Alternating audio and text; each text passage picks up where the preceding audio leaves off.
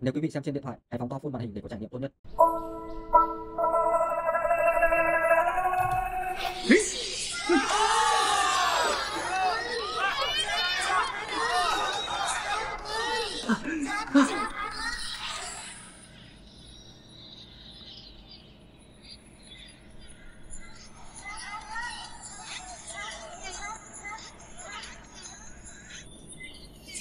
Tiểu Lãng, nhìn ngươi kìa, ngươi toàn bụi son, chẳng có chút khí phách đàn ông nào cả. Ta tuyệt đối sẽ không gả cho ngươi. Cái gì? Ta nói là ta tuyệt đối sẽ không gả cho ngươi. Mau đi thỉnh cầu hoàng thượng hủy hôn ước đi. Hôn sự của chúng ta là do hoàng tổ phụ quyết định, phụ hoàng không quản được ta. Cho dù có chết ta cũng sẽ không gả cho ngươi. Không gả thì tốt. Ở đây đêm đêm hoan lạc, ngày ngày ca hát yến tiệc, ngày nào cũng có hoa khôi bầu bạn. Hay là cô suy nghĩ ra nhập hậu cung của ta đi, giúp ta sưởi ấm giường. Tên vô lại, nếu không thể hủy hôn ước, ta sẽ thắt cổ tự tử. Xuyên không đến thời cổ đại 3 năm rồi, bị phụ hoàng ghét bỏ, bị vị hôn thê khinh thường. Kế hoạch ngụy trang của ta cuối cùng cũng có kết quả rồi. Mẫu hậu, mẫu hậu, Lãng Nhi, mẫu hậu, là ai trói người vào đây vậy? Đừng hỏi nữa Lãng Nhi, ngọn lửa này là nhắm vào ta. Con hãy đi mau, cứ đến Thanh Lâu hoặc sòng bạc ăn chơi nhảy múa, đừng bao giờ đụng vào chiếc ngai vàng đó.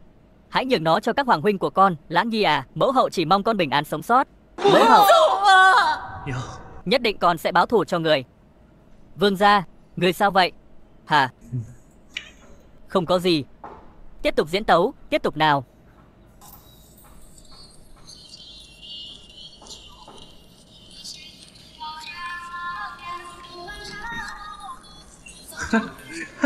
Tránh ra, tránh ra.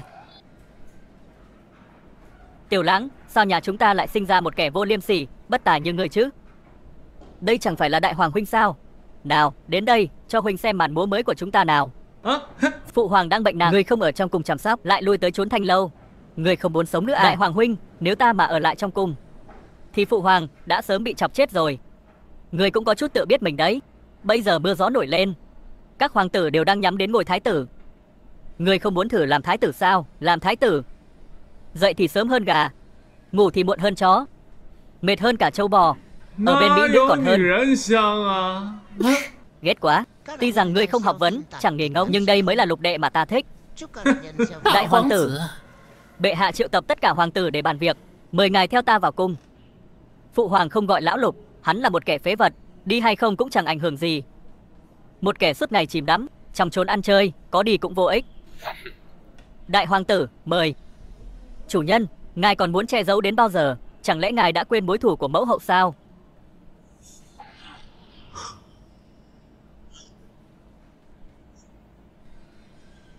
Tiểu Lãng, người dám đến nhặt xác sao? Đó là mẫu thân ta. Tiện nhân, ta cho người thêm chút nước tiểu, một khắc cũng không dám quên. Cẩm Ý vệ đâu? Tham kiến chủ nhân, lão già kia không còn sống được bao lâu nữa. Ngôi vị hoàng đế sắp đổi thay, các ngươi hãy hết lòng phò tá bổn vương. Đợi đến ngày bổn vương lên ngôi, các ngươi đều là công thần, nguyện vì chủ nhân đến chết. Lão Lục sao lại không đến? Phụ hoàng, lão Lục chắc đang ở lầu xanh. Người đâu? Đi tìm tên hỗn đản này đến đây cho chấm.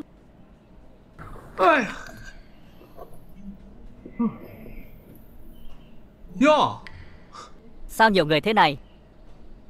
Chào người đẹp. Cả ngày chìm đắm trong chốn ăn chơi chính là đồ phế vật, cái đồ bất hiếu. Lão Lục, người đồng nặc mùi son phấn, đúng là làm mất mặt hoàng gia. Cả ngày chỉ biết chim chuột, còn mặt mũi nào mà vào triều. Thân là hoàng tử, không lo báo đáp hoàng ân, an định thiên hạ, thật là bôi nhọ dòng máu hoàng tộc. Ta nói này, hoàng huynh có hoàng đệ phò tá, dưới có các đại thần hỗ trợ, thêm ta một người cũng chẳng sao, ít ta một người cũng chẳng sao, so đó với ta làm gì? Đúng là gỗ mục không thể tạc thành đồ. Nghịch tử, người ta nói hổ dữ không sinh khuyển tử, sao trẫm lại sinh ra thứ phế vật như ngươi? Phụ hoàng bớt giận, đừng vì một kẻ phế vật mà ảnh hưởng long thể. Hoàng huynh, long sinh cừu tử, ai cũng khác nhau, huynh không phải không biết. Láo xược, ngươi là cái thứ phế vật mà dám giả giọng đáng buồn chết. Ta nói sự thật, nếu hoàng huynh thấy ta trướng mắt thì nhanh chóng phong vương cho ta đi, để ta đến đất phong hưởng thụ. Mắt không thấy tâm không phiền đúng không? Ý kiến hay. Tiểu Lãng rời kinh sẽ không có cơ hội tranh giành ngôi vị thái tử. Phụ hoàng, Lục đệ đã trưởng thành, nên phong vương rồi. Thần phù nghị, thần đẳng phù nghị. Thôi, thôi, chấm lười đôi co với ngươi. Chấm phong ngươi làm thục vương. Đến Lương Châu mà ở. Đến đâu? Lương Châu, còn không đến cái nơi khỉ ho cổ gáy đó đâu. Ai muốn đến thì đến. Phụ hoàng cho ngươi đi đất phong là phúc của ngươi rồi, còn dám kén cá chọn canh. Đúng vậy, sấm sét mưa móc đều là hoàng ân, là thần tử, chỉ có thể tuân theo, đừng được voi đòi tiên. Đã cho mặt mũi rồi mà còn lì lợm. Muốn con đến Lương Châu cũng được. Con có một điều kiện. Ngươi có yêu cầu gì thì nói nhanh đi. Con không thể sống thiếu nữ nhân. Không có nữ nhân chẳng khác nào mất nửa cái mạng, trừ khi nàng ấy đi cùng con. Ngươi nằm mơ, đừng hòng ta đi cùng ngươi đến Lương Châu. Cô và ta sớm đã có hồ nước. Cô đi cùng ta là lẽ đương nhiên. Phượng Hoàng sao có thể kết đôi cùng gà rừng. Vi thần tuyệt đối không để con gái mình nhảy vào hố lửa, gả cho tên phế vật này. Phế vật thì đã sao, Tiểu Lãng dù sao cũng là con trai của chấm. Hơn nữa, hôn sự của bọn họ là do tiền đế ban, không thể đổi ý. Nếu để Tiểu Lãng cưới Lý Lập Chỉ, sợ là sẽ mất đi sự ủng hộ của quân đội. Tuyệt đối không thể để chuyện này xảy ra. Bệ hạ, buổi yến tiệc năm đó, vi thần cũng có mặt. Tiên đế chỉ nói để Lý Lập Chỉ gả cho hoàng tôn, nhưng không hề chỉ định là Tiểu Lãng. Thần thấy đại hoàng tử cũng có thể cưới Lý Lập Chỉ. Phụ hoàng, nhi thần nguyện cưới Lý Lập Chỉ làm thê. Nhi thần cũng nguyện cưới Lý Lập Chỉ. Này, mấy tên chó má, muốn cướp nữ nhân của ta phải không? Tiểu Lãng, chú ý ngôn từ của ngươi. Ai là nữ nhân của ngươi? Sớm muộn gì nàng cũng là nữ nhân của ta. Ta chưa từng thấy ai mặt dày vô sỉ như ngươi.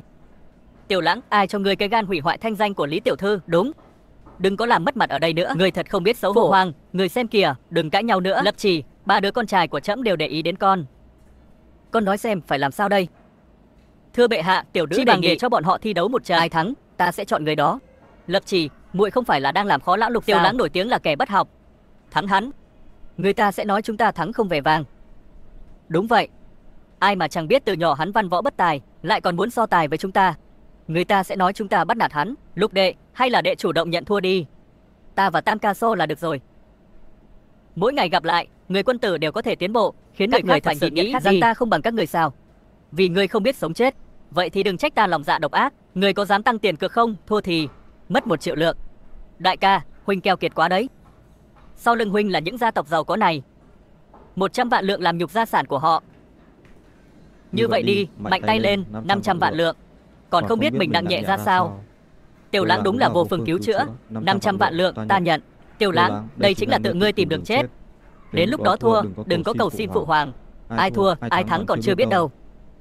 Nói đi, đại ca, muốn so tài cái gì? Ai ai cũng biết ngươi không học vấn không nghề nghiệp, chữ to cũng không biết mấy chữ.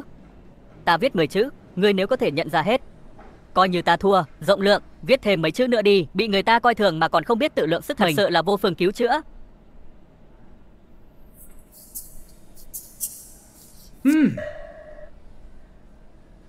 Lão phu tuy là người học rộng tài cao, nhưng cũng chỉ nhận ra 4 chữ mà thôi. Không hiểu, hoàn toàn không hiểu. Lục đệ, thế nào? Nhận ra được mấy chữ? Ôi chao, nhiều chữ ma quái quá, nhìn mà hoa cả mắt. Đại ca, huynh bị ma quỷ ám rồi sao? Ta thấy ngươi chỉ nhận ra mỗi chữ quỷ thôi. Hay là mong nhận thua đưa tiền đi? Trùng hợp là những chữ này ta đều nhận ra. Ta khuyên đại ca nên đổi đi. Chỉ bằng cái tên ăn hại không học vấn không nghề nghiệp như ngươi, làm sao có thể nhận ra những chữ khó hiểu này? Thật sự là họa từ trên trời rơi xuống. Không nghe lời khuyên sẽ hối hận đó. Không cần hù dọa ta.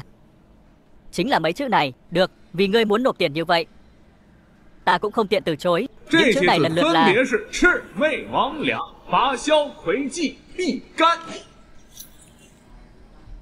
sao có thể? Sao người có thể biết những chữ này? Đại ca, huynh từng đến kỹ viện sao? Điều này thì liên quan gì đến việc có đến kỹ viện hay không? Hoa khôi ở kỹ viện không phải có tiền là có thể buông bàn giao lưu, còn phải có tài. Buồn cười, kẻ bù chữ như ngươi dám mạnh miệng nói mình có tài.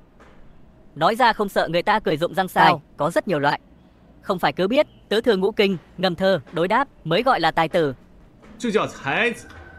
Còn có một loại người thiên về tài vận. Trùng hợp là ta chính là loại người thiên về tài vận.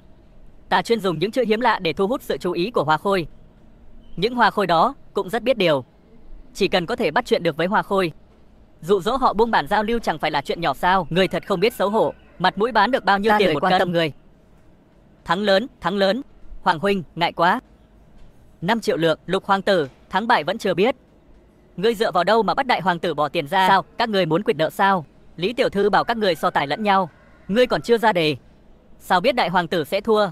Đúng, đúng, đúng. Nếu ngươi ra đề thì chúng ta coi như hòa. Muốn tự chuốc nhục vào thân sao? Đừng trách ta không khách khí.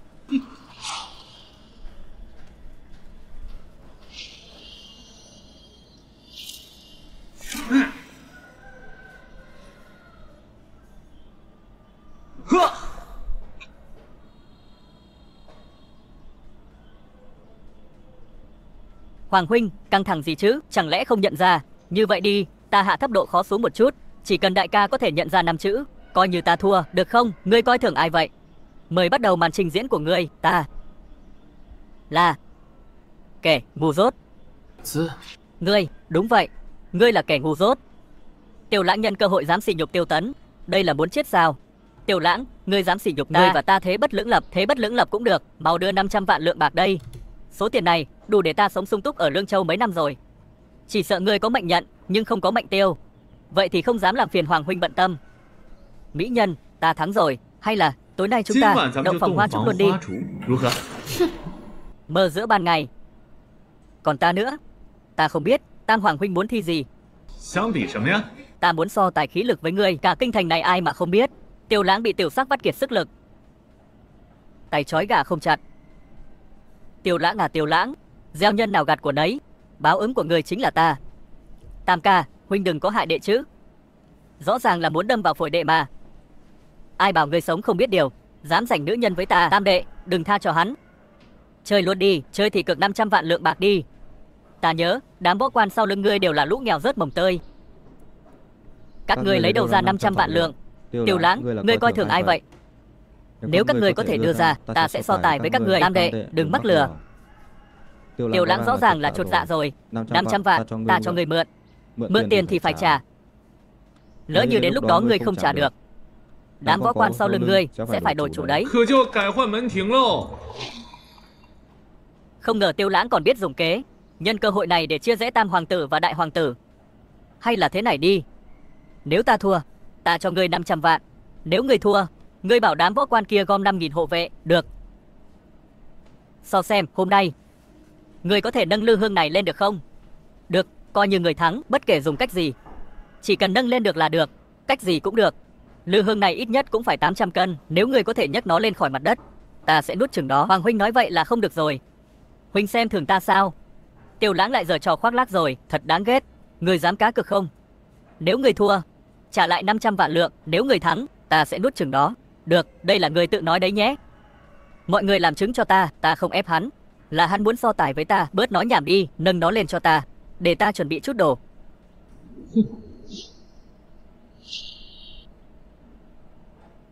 Nhìn cho kỹ.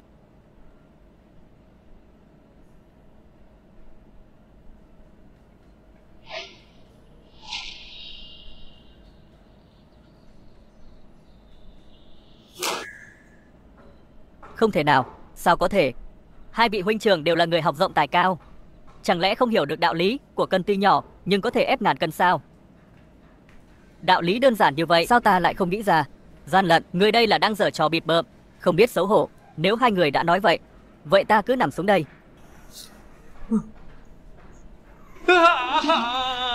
Có người thua, không chịu nhận kìa. Đứng lên đi. Ngay trong triều đường mà lại lăn lộn ăn vạ, thành thể thống gì? Tiêu Lãng đúng là kẻ vô lại. Thủ đoạn của kẻ tiểu nhân cũng dám dùng sao? Ta không dậy, ta không dậy. Rõ ràng là ta thắng. Hai người bọn họ quyền nợ. Phụ hoàng phải làm chủ cho con. Được, chấm sẽ làm chủ cho con. Đại hoàng huynh của con sẽ trả con 500 vạn lượng. Tam hoàng huynh của con sẽ giao 5.000 hộ vệ cho con. Phụ hoàng, người thiên vị. Phụ hoàng, người xử sự bất công là các ngươi tự chui đầu vào lưới, đánh cược với lão Lục. Bách quan văn võ đều có thể làm chứng. Chấm làm sao mà xử sự bất công được? Rõ ràng là gian lận doanh số. Chấm chỉ nhìn kết quả, không hỏi quá trình. Các ngươi dám làm thì phải dám chịu. Đã đánh cược thì phải chấp nhận thua. Số tiền thua và hộ vệ trong vòng 3 ngày phải giao cho lão Lục. Ấy, khoan đã. Hắn còn nói muốn nuốt sống Lư Hương nữa kìa. Được. Chấm đáp ứng ngươi. Mau đứng dậy cho chấm, đừng làm mất mặt chấm nữa. Hai đứa bay, đầu óc là thứ tốt, phải học cách sử dụng nó đi. Ngươi đừng đắc ý. Trên đường đi Lương Châu, thủy tạp, thảo khấu thường xuyên xuất hiện. Lại còn có mã tặc thảo nguyên đến đi như bóng ma. Cẩn thận trên đường đấy. Còn có, phía bắc Lương Châu có đột quyết, phía tây có thuế tranh giành cốc vật, chiến tranh liên miên. Mạng của ngươi sớm muộn gì cũng mất thôi. Lương Châu dĩ nhiên là nơi tốt, thiết kỵ tung hoành thiên hạ, con đường tơ lụa xuyên suốt châu Âu và châu Á. Các người hiểu cái gì chứ? Chuyên trì, Lục hoàng tử Tiêu Lãng và Lý Lập Chí hôm nay thành hôn. Thần tuân chỉ.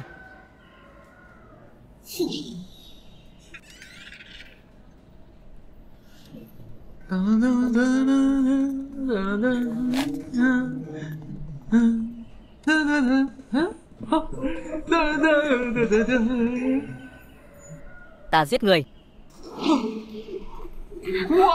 Đừng đuổi nữa, đừng đuổi nữa. Ấy, bình tĩnh, bình tĩnh, bình tĩnh. Ái Phi bình tĩnh. Ngày vui như thế này cần gì phải động đao động súng. Tiểu Lãng, ta là bị ép mới phải gả cho người. Ta sẽ không thích người đâu.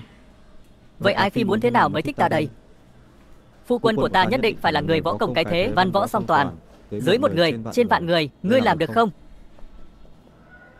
Những thứ này ta đều làm được. Ngươi, tên ăn chơi chắc ngươi làm sao có thể làm được? Ta muốn cùng ngươi ước pháp tam trường, nói nghe thử xem. Thứ nhất, chúng ta trước mặt người đời là vợ chồng, sau lưng không can thiệp lẫn nhau. Thứ hai là gì? Thứ hai, chúng ta có thể ở chung một gian phòng, nhưng chúng ta không thể ngủ chung giường. Ngươi càng không thể động vào người ta. Nếu ta lỡ không nhịn được thì sao hả? Nếu ngươi dám giở trò với ta, ta sẽ cắt đứt mạng căn của ngươi, cùng ngươi đồng quy vu tận. Này, một nữ nhi cả ngày đánh giết, thành ra thể thống gì? Thứ ba là gì?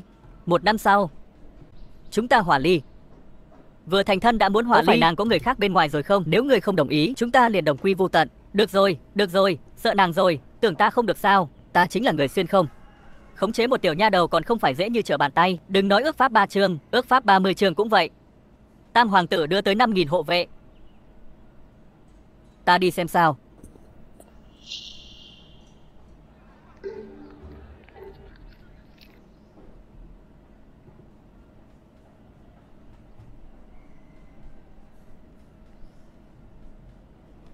Sĩ khí thấp trúng, bình vô chiến tâm. Một đội quân được tạo thành từ lão, nhược, bệnh, tàn. Là họa hay là phúc đây? Họa là nơi phúc dựa vào. Có lẽ trong mắt Ái Phi bọn họ là kẻ yếu, nhưng trong mắt ta bọn họ đều là tinh anh. Ngươi, một kẻ cả ngày chỉ biết ăn chơi hưởng lạc, chìm đắm trong tiểu sắc. Đừng ra vẻ ta đây trước mặt ta. Cha ta chính là thái úy. Loại binh nào ta chưa từng thấy qua. Các vị tướng sĩ, ta hỏi các người vì sao gia nhập quân đội? Đương nhiên là vì cơm no áo ấm. Làm lính ăn lương, bán mạng lấy tiền cũng là lẽ thường tình. Ngoài ra thì sao? Các người theo tướng quân sông pha trận bạc, nằm gai nếm mật, sông lửa đạp than, không chỉ vì vài đấu gạo mấy lạng bạc, mà còn là vì để bản thân sống cho thoải mái, vì để lập công danh, vì con cháu đời sau. Có phải hay không? Phải. Tô lên, có phải hay không? Phải. Các ngươi đều là những dũng sĩ, danh tiếng và chiến công từng dựa vào các ngươi mà lập nên. Giờ các ngươi già yếu bệnh tật, bọn chúng vứt bỏ các ngươi cho ta. Các ngươi có cam tâm không? Không cam tâm. Tốt, không cam tâm thì đi theo ta lập công danh, sống cho ra một con người cho chúng nó xem. Ta hứa với các ngươi, tất cả những gì các ngươi bỏ ra đều sẽ được đền đáp. Giàu sang phú quý, vợ con đề huề không còn là mơ ước. Các ngươi có đồng ý không? Đồng ý. Trời ạ, Tiêu Lãng vậy mà lại hiểu cách trị quân. Chỉ vài câu nói đã khiến tinh thần sĩ khí của binh lính thay đổi. Đội quân này, bản vương ban tên là Vũ Lâm Quân, là cánh chim của đất nước, như rừng cây thiêng liêng, là cánh chim của đất nước, như rừng cây thiêng liêng, là cánh chim của đất nước, như rừng cây thiêng liêng. Ngươi tên là gì? Hạ quan Vô Úy. Từ hôm nay trở đi, ngươi chính là thống lĩnh của Vũ Lâm Quân này. Hãy luyện tập theo cách này. Vâng, điện hạ. Truyền lệnh của bản vương, lên đường. Khởi giá.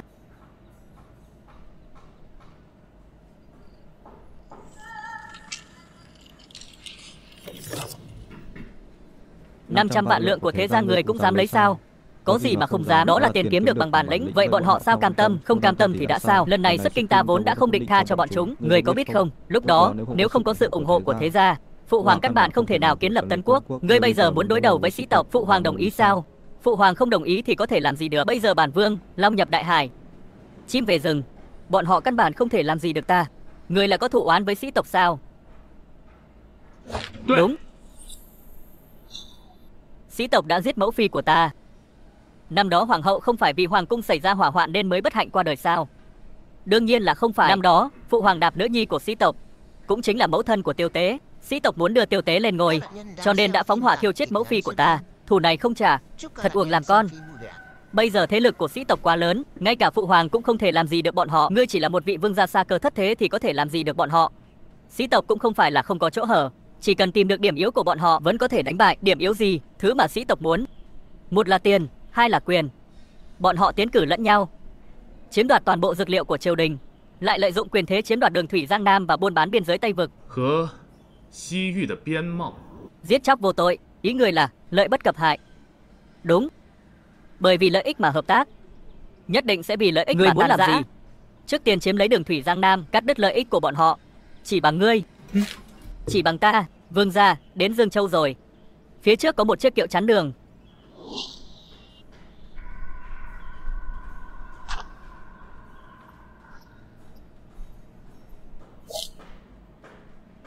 Kẻ nào dám chắn đường của bản vương, thứ sử Dương Châu bận trăm công nghìn việc, đặc biệt phái quản gia phủ thứ sử Thôi Tự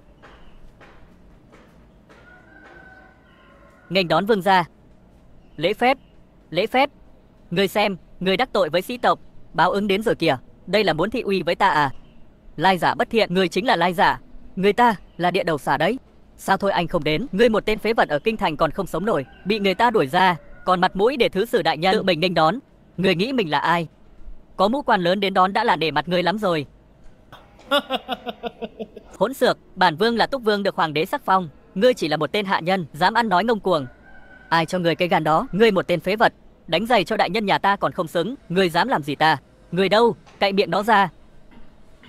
Tiểu Lãng, ngươi dám? Đại nhân nhà ta là con trai của Thôi thừa tướng, ngươi dám đánh ta, chính là không để mặt đại nhân nhà ta. Thừa tướng sẽ không bỏ qua cho người đâu. Thôi bỏ đi Tiểu Lãng, đánh chó còn phải ngó mặt chủ nhân. Cũng đúng, nể mặt vương phi của ta, tha cho ngươi một mạng chó. Xem ngươi cũng không dám động thủ đâu, mau vào thành thôi.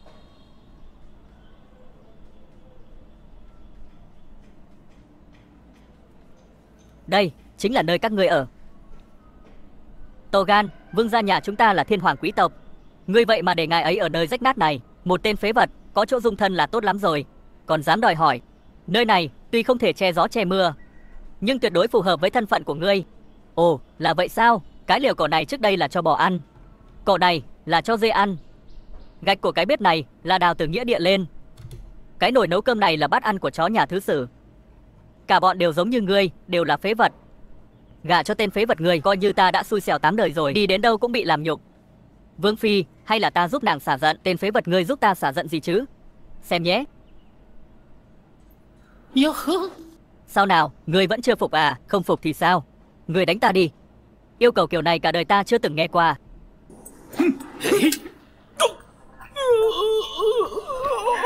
Ta nói cho người biết, ta thường thì không ghi thủ đâu. Có thù thì báo ngay tại chỗ luôn, còn đứng đó làm gì?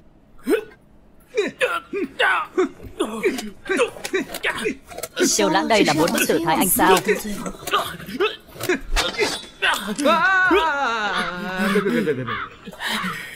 Tiểu Lãng, ngươi chờ đó cho ta. Ái phi, nàng nghe thấy rồi đấy, là hắn yêu cầu đấy, không phải ta chủ động muốn đánh đâu. Sở thích kiểu này của hắn, cả đời ta chưa từng thấy qua. Ngươi đắc tội hắn rồi. Tối nay chúng ta ở đâu? Chúng ta là đại gia mà, ở quán trọ đi. Lão gia, đây không phải đánh ta đâu, rõ ràng là đang đánh vào mặt ngài mà. Không ngờ Tiêu Lãng, tên phế vật này lại dám ngông cuồng như vậy. Thế này đi,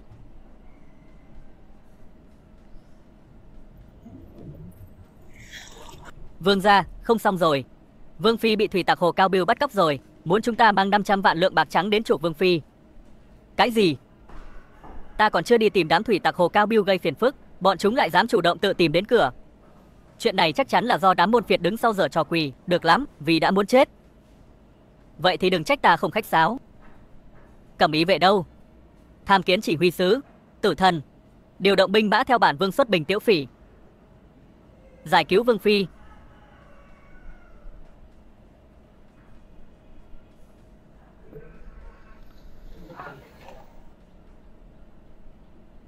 Vương phi, chúng ta lại gặp nhau rồi. Chỉ tứ, ngươi mau thả ta ra, nếu không ta sẽ không tha cho người đâu.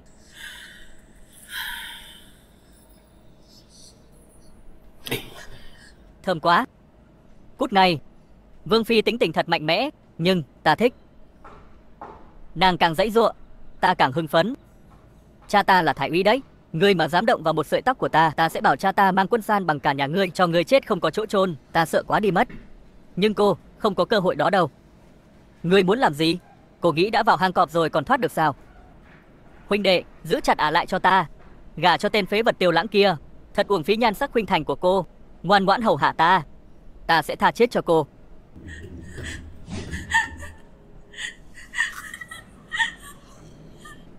Dừng tay. Chỉ tứ, nếu còn biết điều, mau thả Vương phi ra.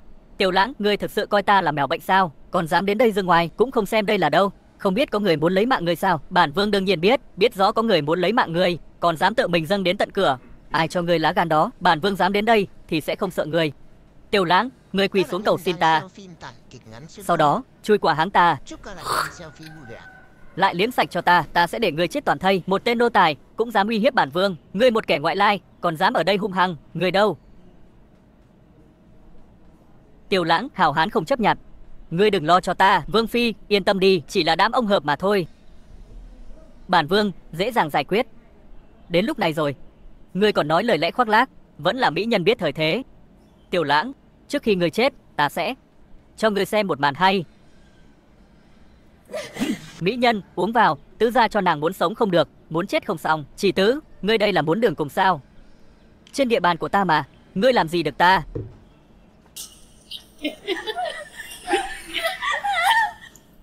Cẩm ý vệ đâu?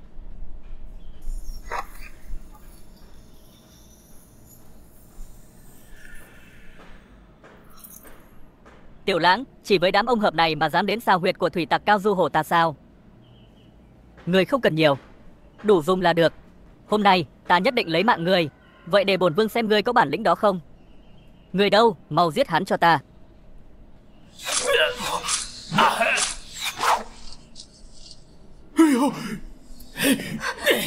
Tiểu Lãng, ta cảnh cáo ngươi đừng làm loạn, nếu không ta giết ả trước. Ta ghét nhất là bị người khác uy hiếp. Tiểu Lãng, ngay cả mạng sống của vợ mình mà ngươi cũng không cần sao? Thả Vương phi ra, bổn vương sẽ tha cho ngươi một mạng. Ngươi nghĩ ta ngu sao? Thả ả ra thì ta chết chắc. Nếu ngươi dám giết Vương phi, bổn vương nhất định sẽ băm thây người ra, có Vương phi chôn cùng. Đáng giá. Khoan đã, ta nhận thua. Bảo bọn họ ra ngoài hết đi, đóng cửa lại. Rút lui. Chỉ tứ, thả Vương phi ra. Ta sẽ xem như hôm nay chưa từng có chuyện gì xảy ra. Quỳ xuống, dập đầu tạ tội 1000 cái cho ta. Đừng quá đáng. Dập hay không, không dập thì nhìn nàng ta. Dừng tay. Đây là tự ngươi tìm đường chết.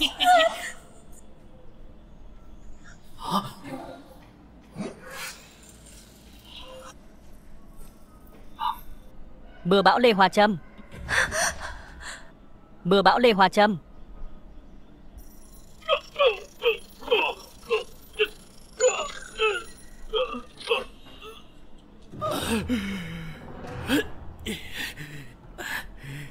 Đồ phế vật. Sao ngươi lại có ám khí của giang hồ? Ngươi đoán xem. Ngươi luôn giả vờ nhu nhược, thực chất là đang ẩn mình chờ thời cơ. Ngươi biết quá nhiều rồi đấy. Xem ra không thể giữ ngươi lại được nữa. Tiêu Lãng, đừng. Vương gia, tha cho ta. Ta nhất định sẽ giữ bí mật này. Được, cho ta một lý do để tha cho ngươi. Thôi Cửu muốn giết ngươi, ta sẽ làm nội ứng, cho ngươi biết tin tức. Không tồi. Ngươi có thể đi. Tiêu Lãng, ngươi không giữ chữ tín, sẽ không chết tử tế. Chỉ có người chết mới có thể giữ bí mật. Người đâu, lôi hết bọn chúng ra ngoài, ném xuống cho cả ăn. Nàng không sao chứ? Ta nóng quá. Chắc chắn là thuốc của Trì Tứ đã phát tác rồi. Vậy còn không mau tìm thuốc giải cho ta. Bản vương chính là thuốc giải tốt nhất. Ái phi, bản vương đến đây. Trời ơi, thuốc này mạnh quá, khiến chân bản vương mềm nhũn. Người cứ quấn lấy ta, luôn khiêu khích ta. Nếu nàng đã nói như vậy, vậy chúng ta tiếp tục đại chiến 300 hiệp. Đừng giở cho. Ái phi nói vậy là không đúng. Vì giúp nàng giải độc, ta đã chủ động hiến thân. Ta không để ý đến người nữa. Này Ái phi, đừng giận. Chỉ là nói đùa thôi, muốn ta không giận cũng được. Nhưng ngươi phải nói cho ta biết tại sao muốn chiếm Cao Viu. Phía đông hồ Cao Viu là kênh đảo Đại Vận Hà. Phía nam kiểm soát 8 phủ Giang Nam, là yết hầu giao thông đường thủy Bắc Nam của đất nước. Kiểm soát hồ Cao Viu tương đương với việc kiểm soát vật tư Nam Bắc, tuyến đường vận chuyển huyết mạch. Chủ nhân, thủy phỉ hồ Cao Viu đã bị tiêu diệt hoàn toàn. Điều 2.000 người đóng quân ở đây, giả làm thủy phỉ, cướp bóc tàu thuyền qua lại. Rõ. Ngươi bảo Vũ Lâm quân giả làm thủy phỉ để làm gì? Đám thủy phỉ hồ Cao Viu là do Thôi gia nuôi dưỡng, chuyên cướp bóc vật tư của các gia tộc khác.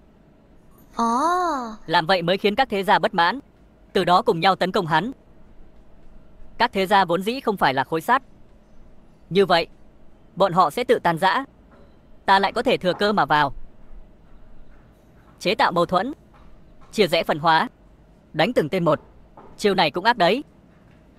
Ác sao? Ta là người cao thượng, là người có đạo đức, là người thoát khỏi thú vui tầm thường. Thấy người mặt dày rồi, chưa thấy ai mặt dày như ngươi.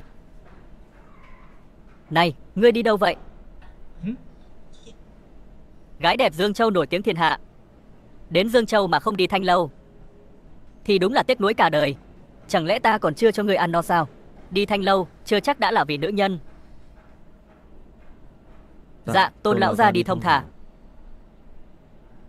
Đại gia, vào chơi nào. Lý gia, ngài đến rồi. Nhớ chết nô gia rồi. Không tồi, không tồi. Quả nhiên danh bất hư truyền. Không hổ là Thanh Lâu tốt nhất Dương Châu. Ôi chao, đây chẳng phải là tên phế vật hoàng tử Tấn Quốc, khách quen Thanh Lâu, sát thủ Hoa Khôi, Túc Vương Tiêu Lãng sao? Người đến Dương Châu là để tìm Hoa Khôi sao? Hoa Khôi Dương Châu không thích phế vật đâu. Vậy bọn họ thích gì? Đương nhiên là tài tử. Trùng hợp là ta rất có tài. Người có tài? Ta không nghe nhầm đấy chứ? Ta thấy đầu óc người có vấn đề rồi. Cả kinh thành ai mà không biết người bất học vô thuật, chỉ biết ăn chơi, hoàn toàn là một tên bất tài phế vật. Còn có các vị ra đây, đừng cãi nhau nữa. Như ý cô nương đến rồi.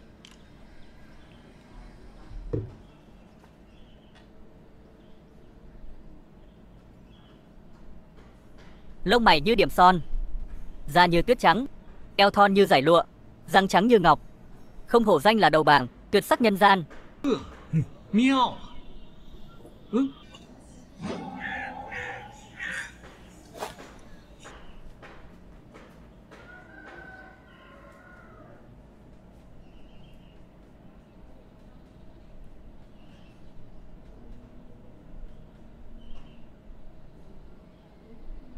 dáng yêu kiều, nhẹ nhàng thanh thoát,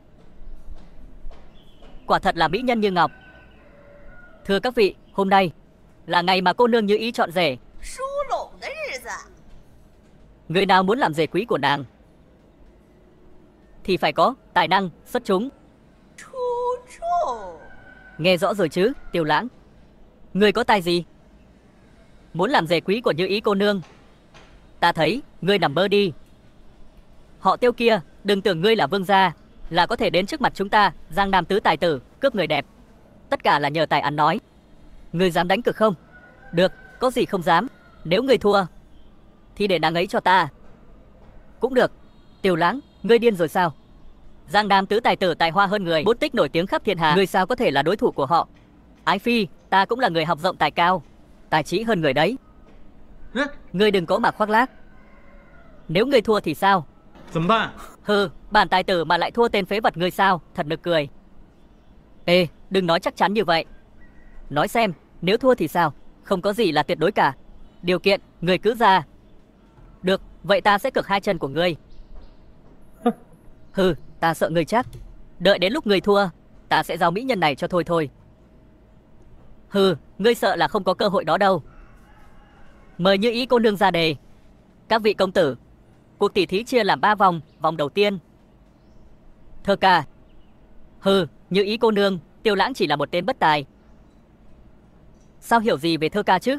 Hừ, nàng ra đề như vậy rõ ràng là đang làm khó hắn. Đúng vậy, ai mà không biết, thơ ca của Đường huynh là nhất nhì Giang Nam. Vô số tác phẩm hay được lưu truyền thiên hạ. Cuộc tỷ thí này căn bản không cần thi nữa. Tiểu Lãng, cứ nhận thua đi. Nhận thua là không thể nào nhận thua. Cả đời ta chưa từng thua. Mà đó, ta thông thạo thờ từ Đường tới Tống, bài nào không phải là kiệt tác nghìn năm, có thể thua sao? Nếu người đã muốn mất mặt như vậy, vậy thì chúng ta đừng nói nhảm nữa, xuất chiêu đi. Nếu là cô nương, lấy gì làm đề? Lấy chia ly làm đề. Một nén nhang làm hạ. Chỉ là một bài thơ từ biệt, cần gì một nén nhang? 7 bước là đủ. 7 bước thành thơ. Đường huynh quả nhiên là đệ nhất trong tứ đại tài tử.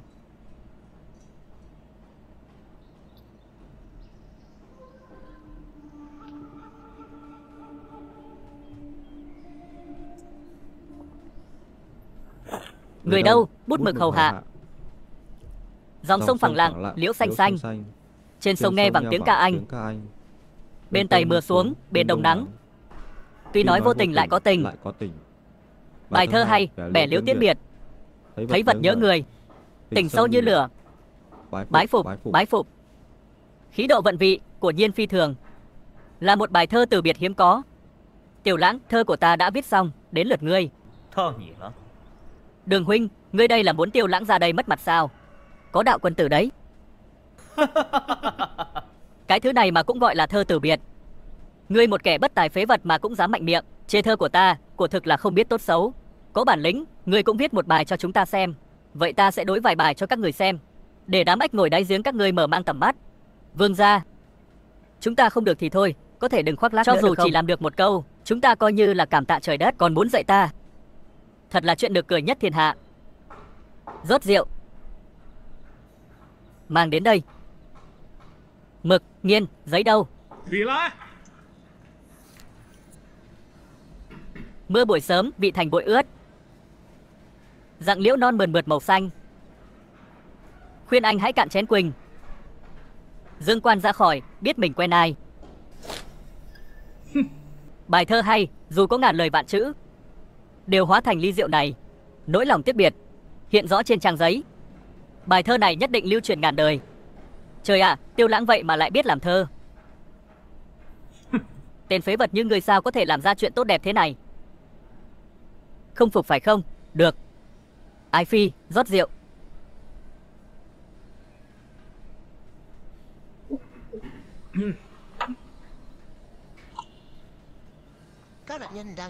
Thành phủ xứ Tam Tần, sương gió biển Ngũ Tân, cùng ông ly biệt nhé.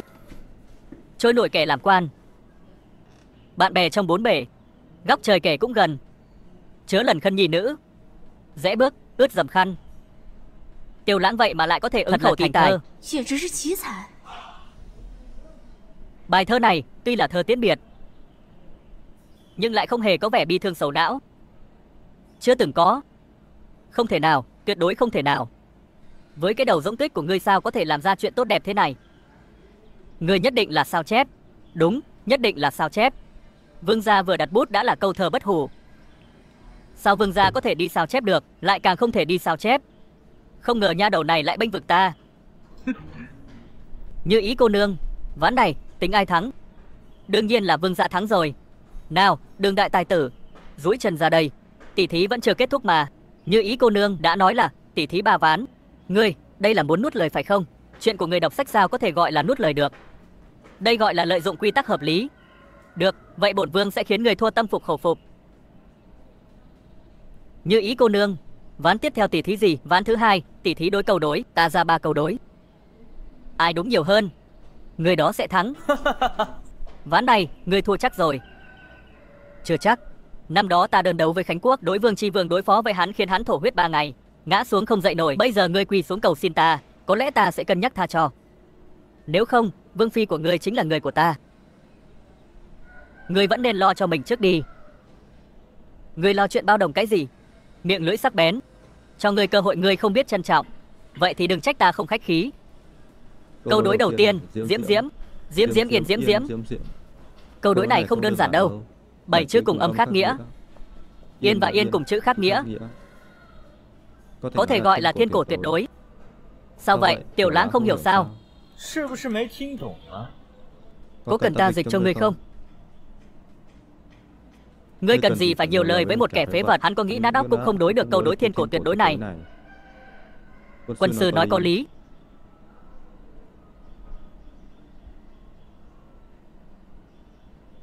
Cừu tiệu, cừu tiệu.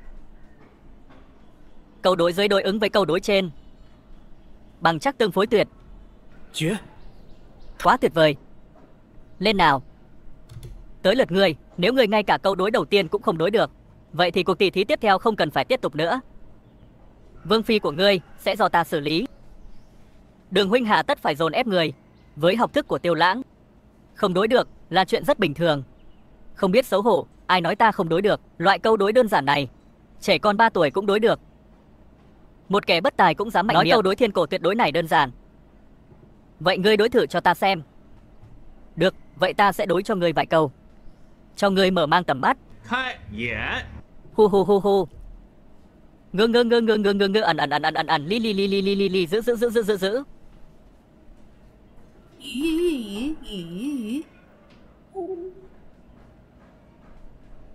Sao lại đối được nhiều câu đối giới như vậy? Đối lại hay như vậy? Đối câu đối chỉ là thú vui tiêu khiển, chẳng có gì khó cả. Ngươi chỉ là mèo mù vớ cá rán.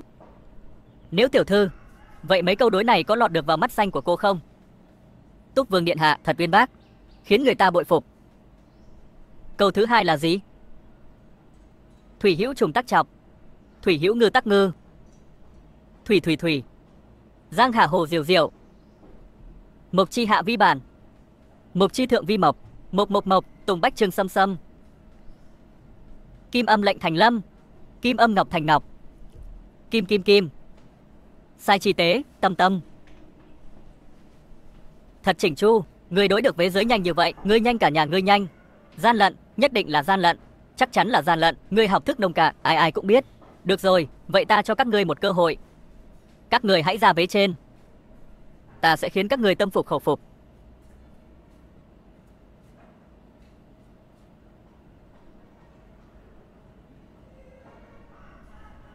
Đây là ngươi nói đấy nhé. Vế trên của ta là kê khuyển quá song kiều, nhất lộ mai hoa trúc diệp, Yến oanh xiên tú mộc, bán xong ngọc tiễn kim chi, thốn thổ vi tự bảng ngâm thi viết minh nguyệt tống tăng quy cổ tự, song mộc vi lâm hạ thì cần vân phủ, kim dĩ thực nhập sơn lâm, vụ tọa sơn đầu sơn tỏa vô, thiên liên thủy vĩ thủy liên thiên, cầm sắt tỷ bả bát đại vương, vương tại thượng, ly mị quái tứ tiểu quỷ phạn biên, nhất hương nhị lý cộng tam phu tử, không biết tứ thư ngũ kinh lục nghĩa, mình dạy dỗ thất bát kiểu là to gan, 10 con phố 9 ngõ hẻm đều là trốn lầu xanh, mê muội thất tình lục dục ngũ độc, lại rủ dê thêm 4, 3, 2 khách, thật là hạng hạ lưu. Vế đối này thật thô tục, toàn là lời lẽ bẩn thỉu. Được rồi, vậy ta đổi một cái cao nhã hơn chút nữa. 14, 9 vị tăng cất giấu 8 cuộn trục, nghiêm giữ 7 giới, 6 đường, 5 giới luật, lại không có 4, 3, 2 đồ đệ, thật là bó tay. Đường đại tài tử, thấy sao?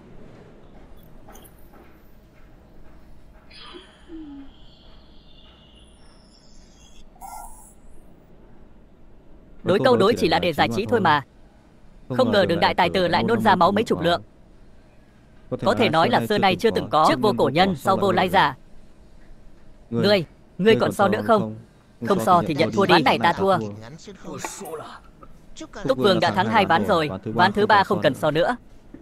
Mời Túc Vương lên lầu giao lưu. Làm gì có lý đó. Người đã thua học máu mồm, còn dám lên tiếng, như ý cô nương. Đây là... Túc Vương điện hạ, hôm nay là ngày nói dối.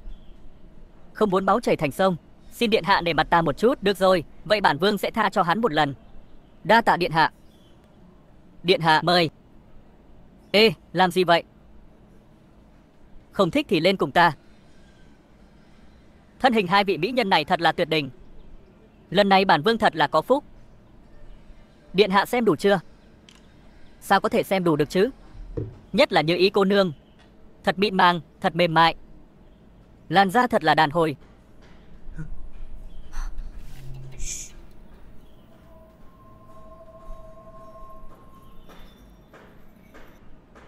Vương gia, đừng quậy nữa, đừng động vào ta.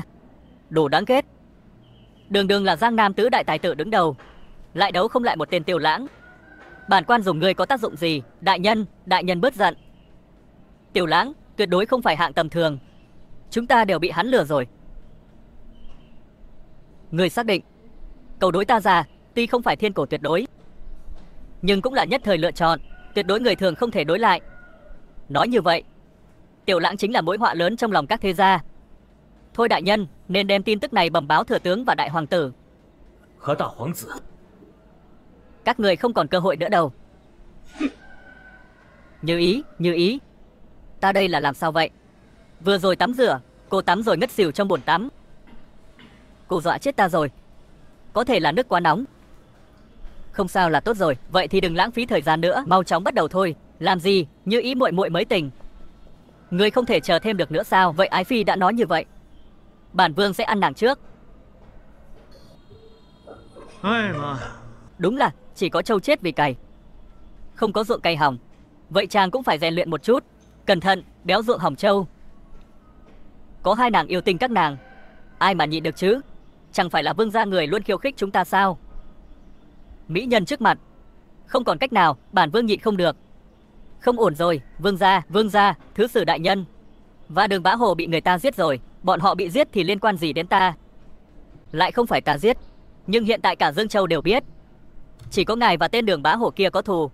Hiện tại ngài là người tình nghi lớn nhất đấy. Ta cảnh cáo ngươi, không được nói bậy, nếu không ta kiện người phỉ báng, người biết chưa? Má mì, tối qua đại nhân vẫn luôn ở cùng con, chưa từng rời đi, sao lại đi ám sát Đường Bạch Hổ đại nhân? Vậy thì được. Vương gia, nước cờ này thật cao tay. Vừa quẹt thẻ Hoa Khôi, lại giết được thứ sử, thật là nhất cử lưỡng tiện. Vương phi quá khen. Vương gia, sao chàng nhất định phải giết Thôi Anh? Thôi Anh vừa chết, nhà Thôi gia và các thế gia khác chắc chắn sẽ trở mặt thành thù. Như vậy việc Lâm Tuấn Giả làm thủy tặc cướp vật tư sẽ rất hợp lý. 就会顺理成章。 Thì ra là vậy. Vậy bước tiếp theo, vương gia định làm gì? Đương nhiên là rời khỏi nơi thị phi này, đến Lương Châu. Phế vật, toàn lũ phế vật. Làm thủy tặc mà ngay cả Tiểu Lãng cũng không đối phó được. Tiểu Lãng chỉ là một tên tiểu tốt, các thế gia khác mới là nhân vật tầm cỡ. Cái chết của cậu, liệu có phải do Tiểu Lãng gây ra không? Chắc là không phải, hắn giết cậu, chẳng có lợi ích gì. Vậy là ai? Ai thèm muốn chức Dương Châu thứ sử? 扬州刺史之位。 Kẻ đó chính là hung thủ. Tiểu Lãng thì sao? Bọn võ quan đó đã sớm bày bình bố trận, chỉ chờ Tiểu Lãng chui đầu vào lưới. Tiểu Lãng lúc trước ở kinh thành chẳng làm nên trò trống gì, sao ra ngoài rồi lại lợi hại như vậy? Chàng còn giấu thiếp bao nhiêu chuyện nữa. Ái Phi nói vậy là oan cho ta rồi, bây giờ còn có chuyện gì không biết nữa. Miệng đàn ông dối trá là giỏi. Ta mà lừa nàng thì trời đánh, ra đường bị xe tông, đi đường bị cướp. Đường này ta mở, cây này ta trồng, muốn qua đường này để lại tiền bãi lộ, thấy chưa? Báo ứng đến rồi. Là phúc không phải họa, là họa thì tránh được.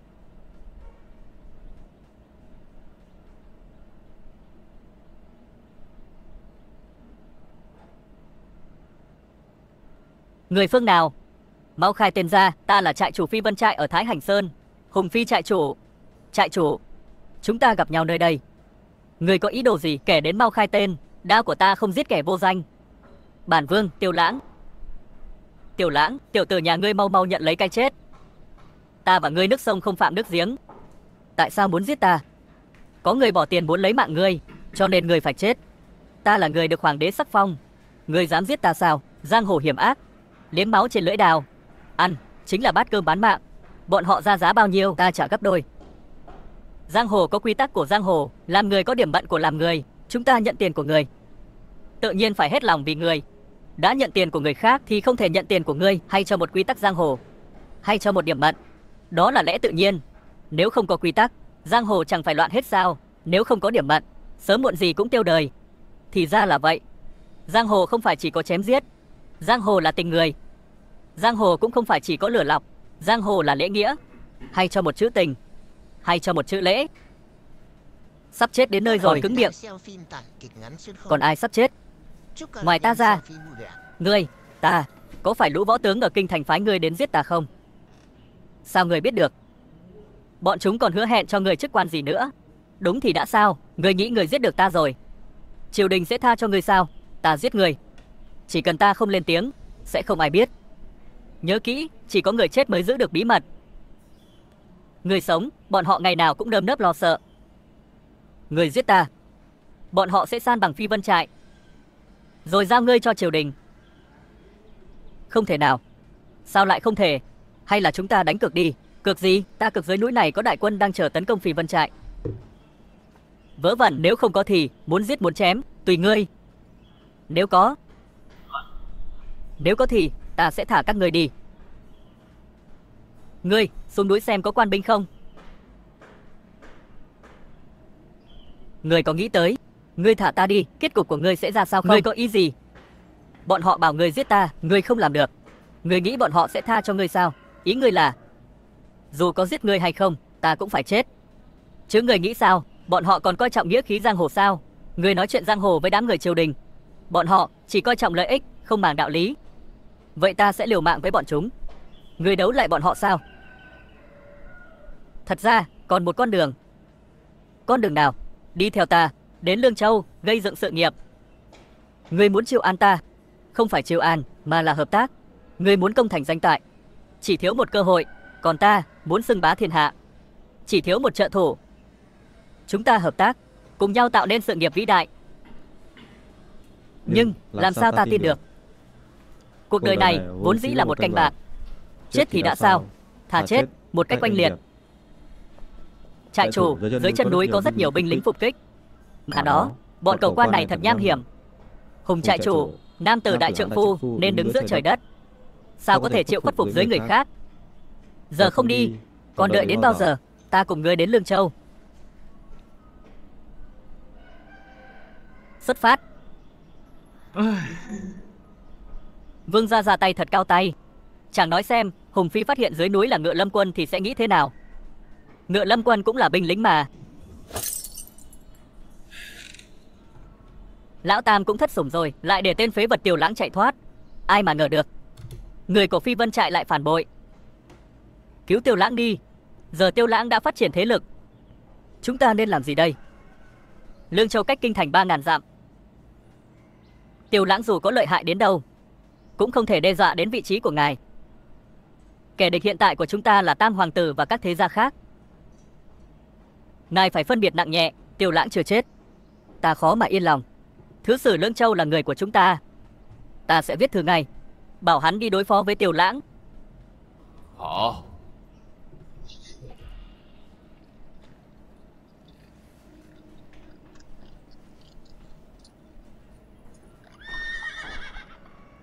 Tử Thần, ngươi dẫn theo Cẩm Y vệ bí mật đột nhập vào thành Lương Châu, thăm dò nhất cử nhất động của Lương Châu.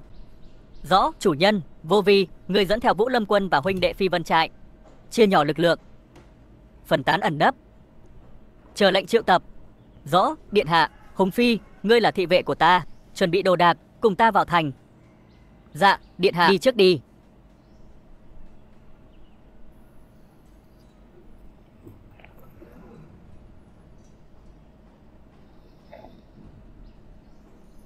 Bái kiến Túc Vương điện hạ, bái kiến Túc Vương phi.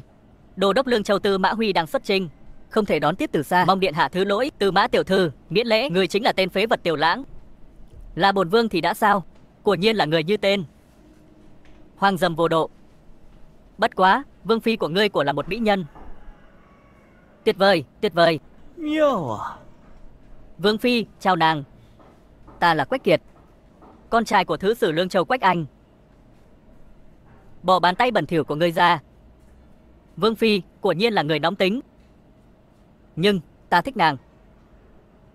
Ngươi có biết ngươi đang nói chuyện với ai biết không? Chứ, vương phi của ngươi đã biết thân phận của nàng, ngươi còn dám động vào nàng? Động vào nàng thì đã sao? Chẳng lẽ ngươi còn dám làm gì ta? Ai mà không biết Túc Vương Tiểu Lãng là một tên phế vật. Ta đường đường là con trai của thứ sử Lương Châu Quách Anh. Ta sẽ sợ ngươi sao?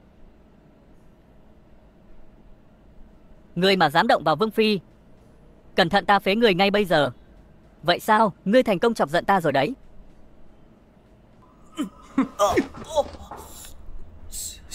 Tiểu Lãng, ta sẽ không tha cho ngươi đâu. Ta sẽ chở ngươi. Tính khí này của người ta thích đấy. Vừa đến Lương Châu đã đắc tội với thứ sử, khiến chúng ta chỉ có thể ở quán trọ. Chẳng lẽ ta lại trơ mắt nhìn Quách Kiệt trêu chọc nàng mà không làm gì sao? Người ở dưới mái hiên chàng không thể nhịn một chút sao? Nhất định phải cứng rắn với Quách Kiệt. Này, chuyện này có người đàn ông nào mà nhịn được chứ? Không nhịn thì làm được gì? Thà đắc tội với quân tử cũng không thể đắc tội với tiểu nhân. Âm mưu của bọn họ nhiều lắm đấy. Ái phi yên tâm. Binh đến tướng chặn, nước đến đất chặn. Tuy chàng coi lòng tốt thành ý xấu. Ta muốn ra ngoài đi dạo, cho khuây khỏa.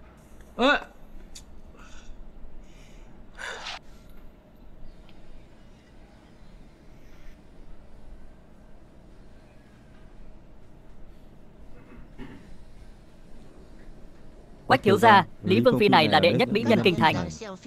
Cả Lương Châu này chỉ có ngài mới xứng với nàng ta. Nói thì như vậy, nhưng Tiêu Lãng kia cũng không phải là người dễ chọc. Ở cái Lương Châu này, thứ sử như là trời. Tiêu Lãng bất quá chỉ là kẻ đến sau. Là rồng cũng phải cuộn mình, là hổ cũng phải nằm im. Nhưng mà tiểu nương kia cũng là kẻ cứng đầu. Quách thiếu, có thứ này rồi. Cho dù hắn là con trời. Không tệ, không tệ. Quách thiếu, phụ thân của Lý Lệ Chí là đương kim thái úy, nắm giữ trọng binh. Nếu Quách thiếu có thể lấy được Lý Lệ Chí, thứ sử đại nhân tự nhiên cũng sẽ nhúng tay vào quân quyền. Vừa có thể học ngoại ngữ mỹ nhân, lại có thể giúp phụ thân ta nắm được quân quyền. Một công đôi việc.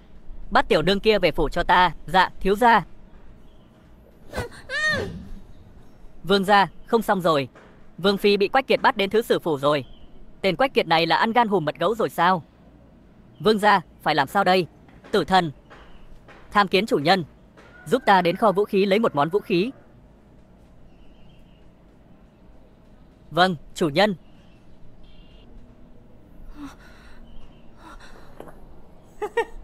Mỹ nhân, ta đến đây. Quách Kiệt, ta cảnh cáo ngươi, mau thả ta ra, nếu không ta sẽ không tha cho người đâu. Được, được. Ta lập tức cởi trói cho nàng.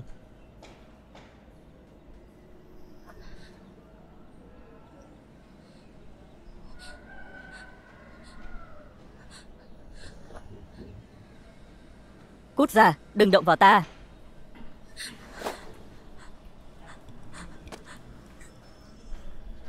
Sao số ta lại khổ thế này? Gả cho Tiêu Lãng đến bản thân cũng bị xâm phạm. Mỹ nhân như nàng, gả cho tên phế vật Tiêu Lãng thật đáng tiếc. Chi bằng đi theo ta. Ta đảm bảo nàng sẽ được ăn sung mặc sướng.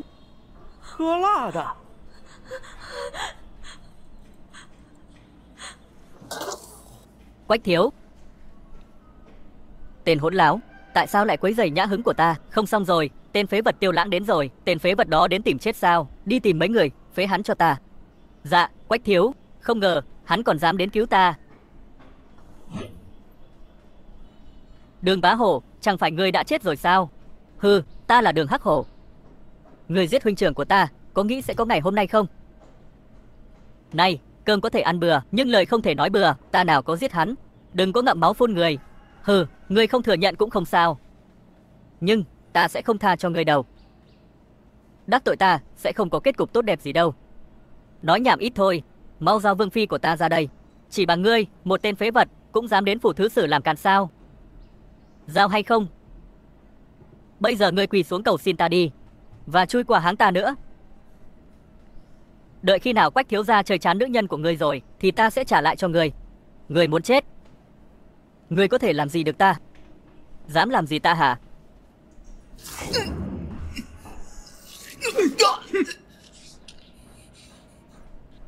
Tiểu Lãng, ngươi dám động vào ta, ngươi chết chắc rồi. Muốn sống thì dẫn ta đi tìm Quách Kiệt. Đừng giết ta, ta dẫn người đi. Đi.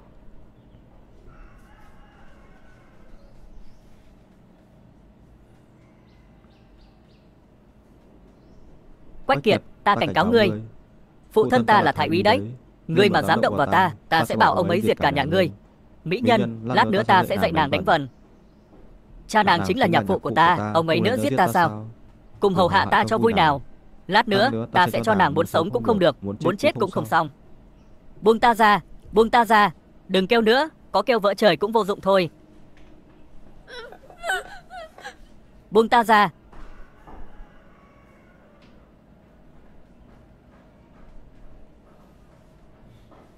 Ngươi cho ta uống cái gì vậy? Thiên hạ đệ nhất hợp hoàn tán. Ngoan ngoãn ta yêu nào. Cứu mạng, cứu mạng. Nàng mau cầu xin ta ân ái với nàng đi. Mỹ Nhân, chúng ta động phòng thôi. Cùng nhau sinh mấy đứa nhóc.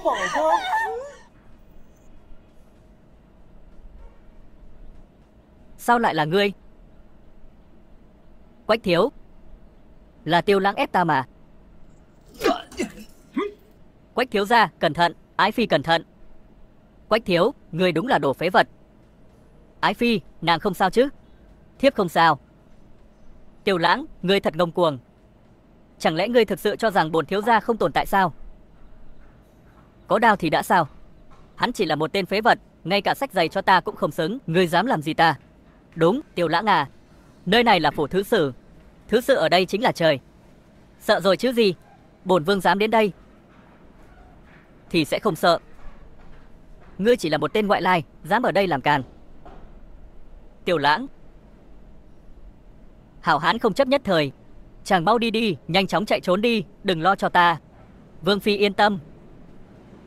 Bọn họ không dám làm gì ta đâu. Ngươi chỉ là một tên vương gia thất sủng, bị hoàng đế đày đến Lương Châu. Cho dù có chết, hoàng đế cũng sẽ không đau lòng đâu. Người đâu, bắt lấy hắn cho ta. Xem ra ngươi muốn một đường đi đến cùng rồi. Đi đến cùng thì đã sao? Đến lúc đó người chết, ta sẽ bảo phụ thân ta tâu với hoàng thượng, nói ngươi bị thổ phỉ giết chết. Đến lúc đó sẽ không ai chi trả đầu. Tiêu Lãng, thôi bỏ đi. Cừng Long còn khó áp chế rắn đất. Mỹ Nhân của nhiên hiểu chuyện. Tiêu Lãng, lại đây liếm sạch giày cho ta. Ta sẽ tha cho người.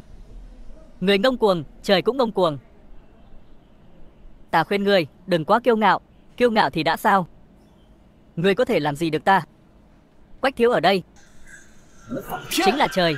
Vậy thì đừng trách ta không khách khí.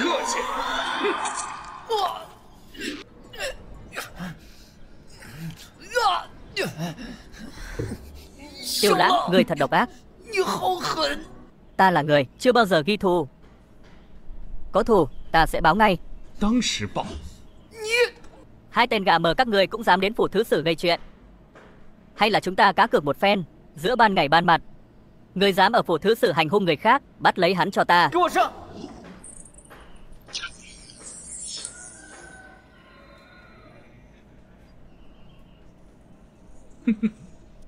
Tiểu Lãng, Quách công tử là con trai độc nhất. Ngươi mà làm hắn bị thương, thứ sử sẽ không tha cho ngươi. Vậy sao?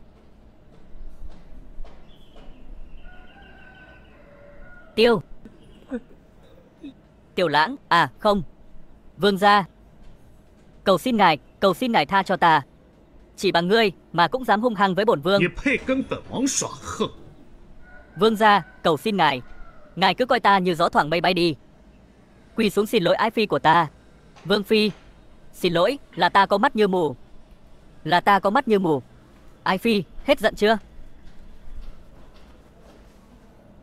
Vậy để ta lưu lại cho ngươi một dấu ấn, để sau này ngươi khỏi quên.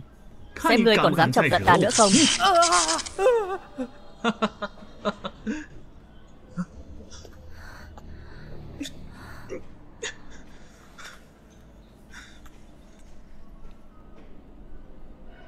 Tiểu Lãng, đừng đắc ý.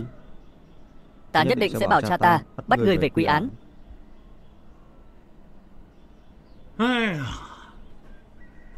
Thật là trong hang động sinh ra mảnh đất vuông, trong hoa bướm lượn một mảnh xuân. Còn ngâm nga thơ ca được, thật không biết xấu hổ. Vương phi nói vậy là không đúng rồi. Đêm qua rõ ràng là nàng câu dẫn ta. Đi đi, được voi đòi tiên. Chàng định đi đâu vậy? Đi kiếm tiền nuôi nàng. Chàng còn biết kiếm tiền sao?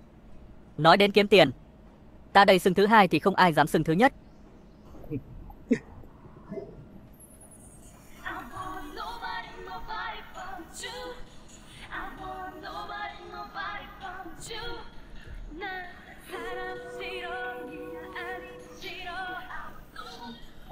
Chào mừng các vị khách quý đến tham gia buổi đấu giá chân bảo hôm nay. Hôm nay, chúng ta sẽ đấu giá 3 món đồ. Đây là một loại mỹ phẩm đến từ Đông Lào, có thể làm chậm quá trình lão hóa, giữ mãi nét thanh xuân. Món đồ này tốt đấy. Vương phi của ta chắc rất cần. Món đồ này giá bao nhiêu? Bản vương muốn thứ này. Vương gia, thứ này chúng ta không bán lẻ. Không bán lẻ là sao? Hôm nay chúng ta đang bán đấu giá quyền đại lý.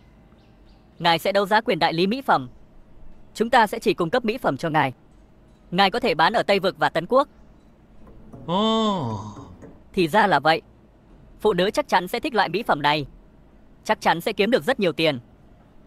Quyền đại lý này ta muốn có được. Còn ta ở đây thì ngươi đừng hòng mơ tưởng. Giá khởi điểm cho quyền đại lý mỹ phẩm 10 vạn lượng. Xin mời các vị ra giá. 15 vạn, ta trả 20 vạn lượng. Ta trả 22 vạn lượng. Vân Uy tiểu thư, nàng cũng muốn kinh doanh sao? Ta mua tặng nàng. Cút sang một bên. Bản tiểu thư tự có tiền. Vân Uy tiểu thư hà tất phải cự tuyệt người ta như vậy. Léo nhéo nữa, ta sẽ đánh gãy chân chó của ngươi. 25 vạn, hôm nay chỉ cần có ta ở đây. Ngươi đừng hòng mơ tưởng. Ta trả 30 vạn lượng. Bản vương nhất định phải có được. 40 vạn, không có cửa đâu. Ta trả 50 vạn lượng. Danh với bản vương, ngươi cũng xứng sao? 70 vạn. Bản thiếu gia cái gì cũng không có, chỉ có tiền. Ta trả 100 vạn lượng. Thôi, một quyền đại lý mỹ phẩm còn con không đáng giá đến vậy. Ván sau, bản vương nhất định sẽ lấy lại thể diện. Cứ mở đi. Cứ chờ xem. Quách thiếu gia trả giá 100 vạn lượng. Còn ai trả giá cao hơn không? 100 vạn lượng lần 1, 100 vạn lượng lần 2, 100 vạn lượng lần 3. Thành giao. Chúc mừng Quách thiếu gia.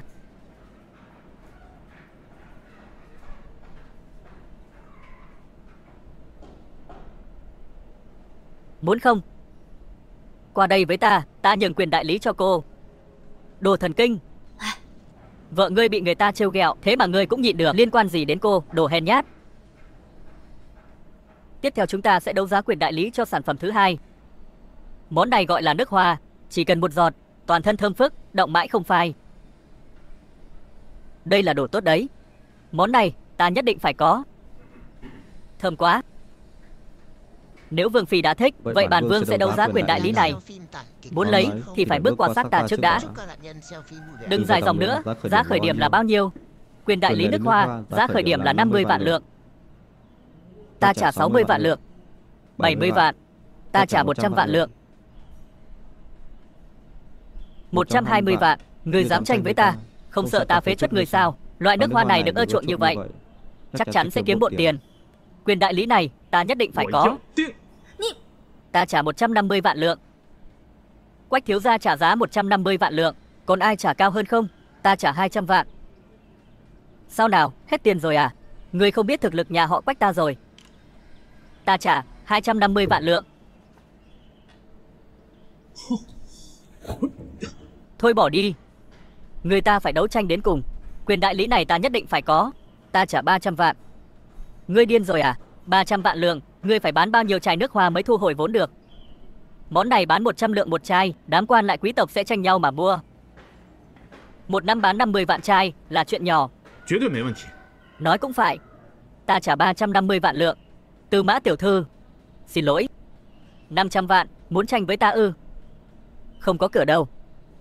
Ta trả 5,5 triệu lượng. Họ Quách, ngươi muốn đối đầu với ta thì đã sao? Hết tiền rồi à? Nghèo kiết xác rồi nên không xuống đài được phải không? Coi như người lợi hại. 5,5 triệu lượng, thành giao. Chúc mừng Quách thiếu gia lần nữa giành được quyền đại lý hương liệu.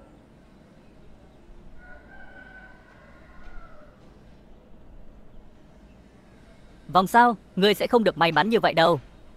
Tiếp theo chúng ta đấu giá món hàng thứ ba. Vật này có tên là Minh Quang Kính. là tập hợp 300 người thợ tại Hoa mất 20 năm mới nghiên cứu chế tạo ra được. Phản chiếu rõ nét từng sợi lông, sáng bóng vô cùng. Thật là bảo vật, đây của là bảo vật, quý giá vô cùng. Ta hỏi một chút, giá thành của minh quang kính này là bao nhiêu? Kính lõm đường kính 10 phân giá một lượng, kính tròn đường kính 5 phân giá một lượng. Rẻ vậy sao? Bán cho thường dân cũng chẳng sao. Quyền đại lý minh quang kính này ta muốn mua. Mơ đi. Tiếp theo chúng ta đấu giá quyền đại lý minh quang kính. Giá khởi điểm 50 vạn lượng. Trước khi trả giá các ngươi hãy nghĩ đến hậu của khi tranh giành với ta. Người khác sợ ngươi, ta đây không sợ. 100 vạn. Nếu không có tiền thì cút sang một bên đi.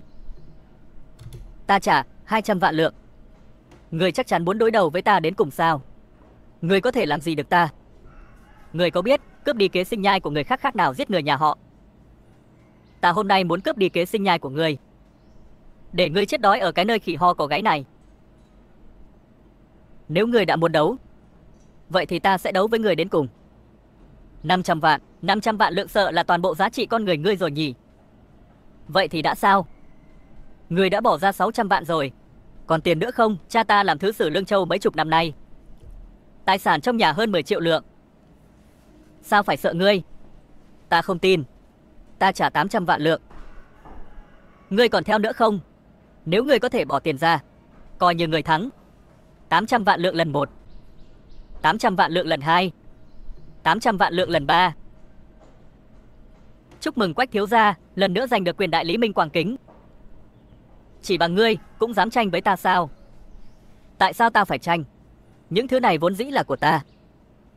Ta cần phải tranh giành với ngươi sao? Ngươi có ý gì? Có người tặng không cho ta hơn 1.000 vạn lượng. Ta còn cảm ơn không kịp. Tranh giành gì nữa?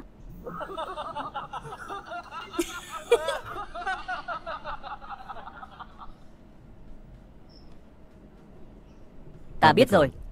Những bảo vật trên đài đều là của ngươi đúng không? Ngươi cố ý làm vậy để chọc giận Quách Kiệt, khiến hắn phải trả giá cao đúng không? Xem ra cô cũng không ngốc lắm. Cái này gọi là kích tướng pháp. Được rồi, cô cũng không ngốc. Bản tiểu thư chỉ là lời vạch trần ngươi thôi. Họ Tiêu kia, ngươi chơi ta, ta chính là chơi ngươi đấy.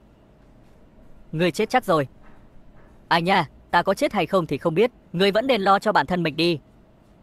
Bỏ ra nhiều tiền như vậy, không sợ bị cha ngươi đánh chết sao? Ngươi chờ đó cho ta.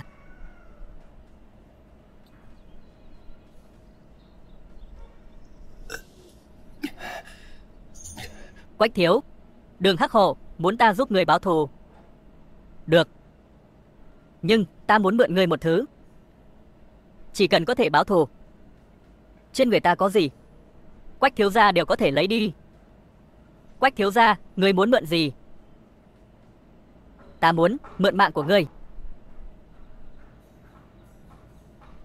Quách thiếu gia.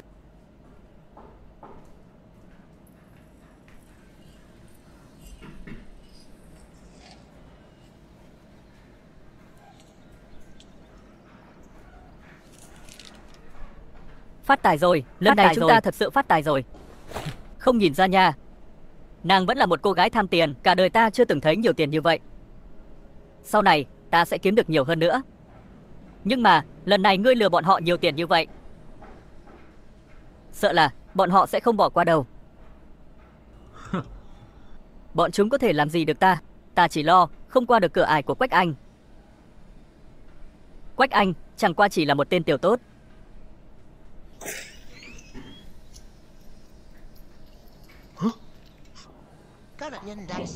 Kẻ nào dám ăn nói hàm hồ, nói phụ thân ta là tiểu tốt.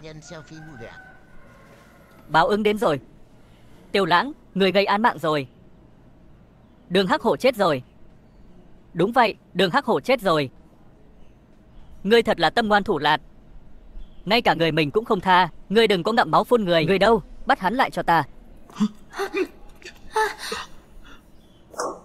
Thăng Đường. Tội phạm to gan, người có nhận tội. Bản vương có tội gì? Người vô cớ đánh người, khiến Đường Hắc Hổ mất mạng. Sao, ngươi còn muốn chối cãi? Đường Hắc Hổ là do ta đánh, nhưng cái chết của hắn không liên quan đến ta. Đừng tưởng ngươi là vương gia thì có thể cường từ đoạt lý.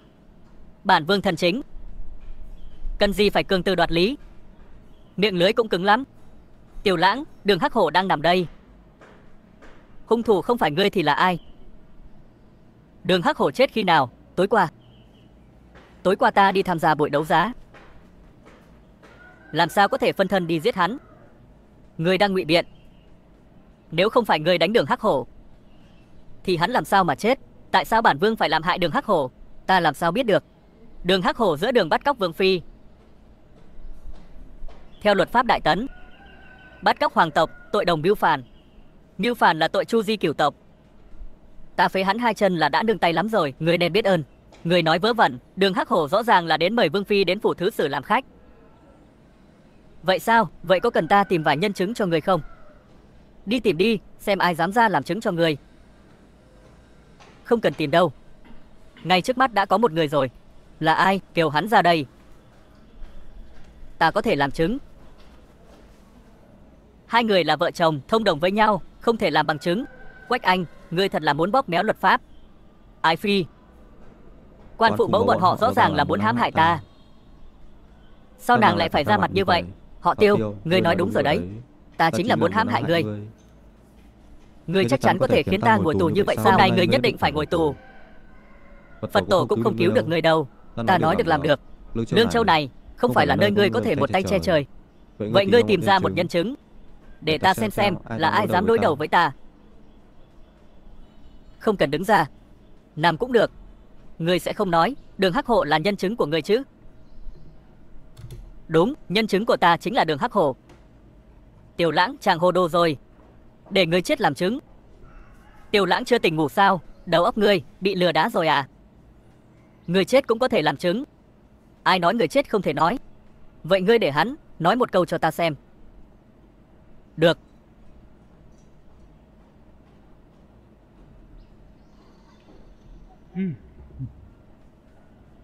Giờ cho quỷ quái. Tiểu Lãng, ngươi đang giở trò gì vậy?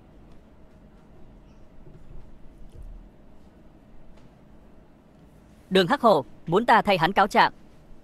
Hoang đường, Đường Hắc Hổ là người chết, sao có thể nhờ người cáo trạng? Tiểu Lãng, ngươi đùa với bản quan đấy à? Bản vương có thể thông linh với quỷ thần. Đường Hắc Hổ nói hắn chết oan, muốn ta giúp hắn bình oan. Tiểu Lãng, chàng đang nói bậy bạ gì vậy? Toàn là lời nói nhảm nhí. Có người chết oan thì không thể cáo trạng sao? Vậy ngươi nói xem, Đường Hắc Hổ muốn cáo trạng ai? Là vì chuyện gì? Đường Hắc Hổ muốn cáo trạng Quách Kiệt. Tiểu Lãng lại muốn vụ oan giá họa. Thú vị. Đường Hắc Hổ vì sao lại muốn cáo trạng ta? Muốn cáo ngươi tội giết người. Ngươi ngậm máu phun người. Tiểu Lãng, ngươi có biết vu cáo người khác tội nặng, lưu đày 3000 dặm. Bản vương đương nhiên biết. Ngươi nói ta giết Đường Hắc Hổ, lấy chứng cứ ra đây. Bản vương sẽ khiến ngươi tâm phục khẩu phục. Ta muốn xem ngươi có thể lấy ra chứng cứ gì.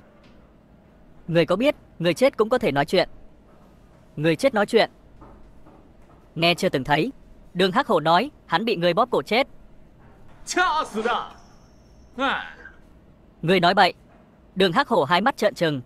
Trên cổ có vết bầm tím, rõ ràng là bị người ta bóp cổ chết. Chứng minh và bằng chứng? Không thể nào. Có dám hay không tìm một vũ tọa? Cho dù Đường Hắc Hổ là bị bóp cổ chết, vậy thì đã sao? Ai có thể chứng minh là ta bóp cổ chết? Vết bầm trên cổ Đường Hắc Hổ giống hệt hình dạng bàn tay hung thủ. Ngươi nói bậy, có dám đối chiếu hay không? Tại sao ta phải nghe ngươi? Chỉ dựa vào một dấu tay mà nói Quách Kiệt là hung thủ. Quá võ đoán. Đúng, quá võ đoán. Thiên hạ này người có hình dạng bàn tay giống nhau nhiều vô số kể. Quách Anh, Đường Hắc Hổ còn nói cho ta biết bằng chứng thứ hai. Ngươi còn có chứng cứ gì? Hắn nói trước khi chết từng giằng co với ngươi. Con Cao bị thương tay ngươi. Ngươi nói bậy. Ngươi xem, móng tay Đường Hắc Hổ có phải có vết máu hay không?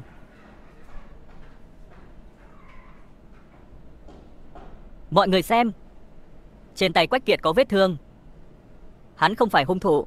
Vậy ai là hung thủ? Có chút thú vị. Quách Kiệt lại bị Tiêu Lãng phản sát. Xem ra Tiêu Lãng cũng không phải là kẻ bất tài. Không thể nào, người ngậm máu phun người. Tay của ta là do bản thân ta làm bị thương.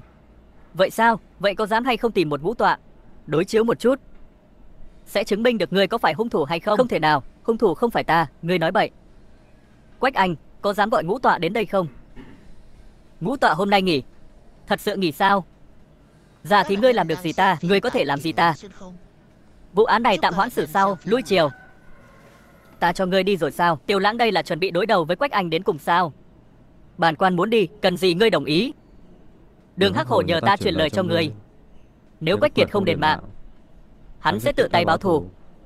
Giờ trò ma quỷ, thật hoang đường. Lời ta đã truyền đến rồi đấy, tin hay không tùy ngươi. Tiêu Lãng, ngươi 3 lần 7 lượt đùa dẫn bản thiếu gia. Thật sự coi bản thiếu gia ăn chay sao? Không trị được ngươi sao? Đợi oan hồn Đường Hắc Hổ tìm đến ngươi, ngươi sẽ biết lời ta nói không phải giả dối. Giờ trò ma quỷ, hoang đường đến cực điểm. Chúng ta cứ chờ xem. Tiêu Lãng, chàng thật sự có thể thông quỷ thần sao? Đương nhiên là không thể. Trên đời này làm gì có quỷ thần. Vậy lần trước ở công đường chàng làm sao khẳng định Quách Kiệt là hung thủ giết người? Quan sát tỉ mỉ, suy luận hợp lý là ra thôi. Hả?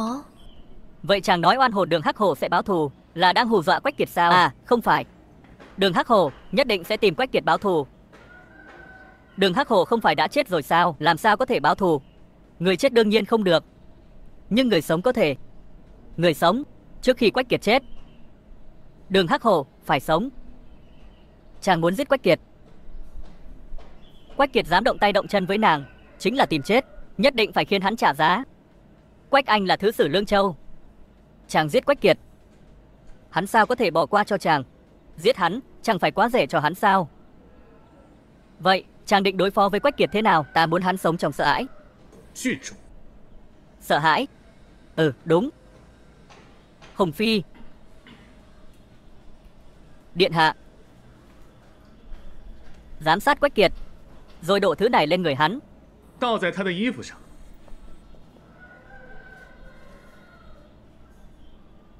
Vâng, vương gia. Trong bình này là thứ gì vậy? Đương nhiên là thứ khiến hắn sống không bằng chết. Ái phi, cứ chờ xem kịch hay đi. Tiêu Lãng tuyệt đối không phải là kẻ bất tài như lời đồn. Hắn ở kinh thành chắc chắn là giả ngu.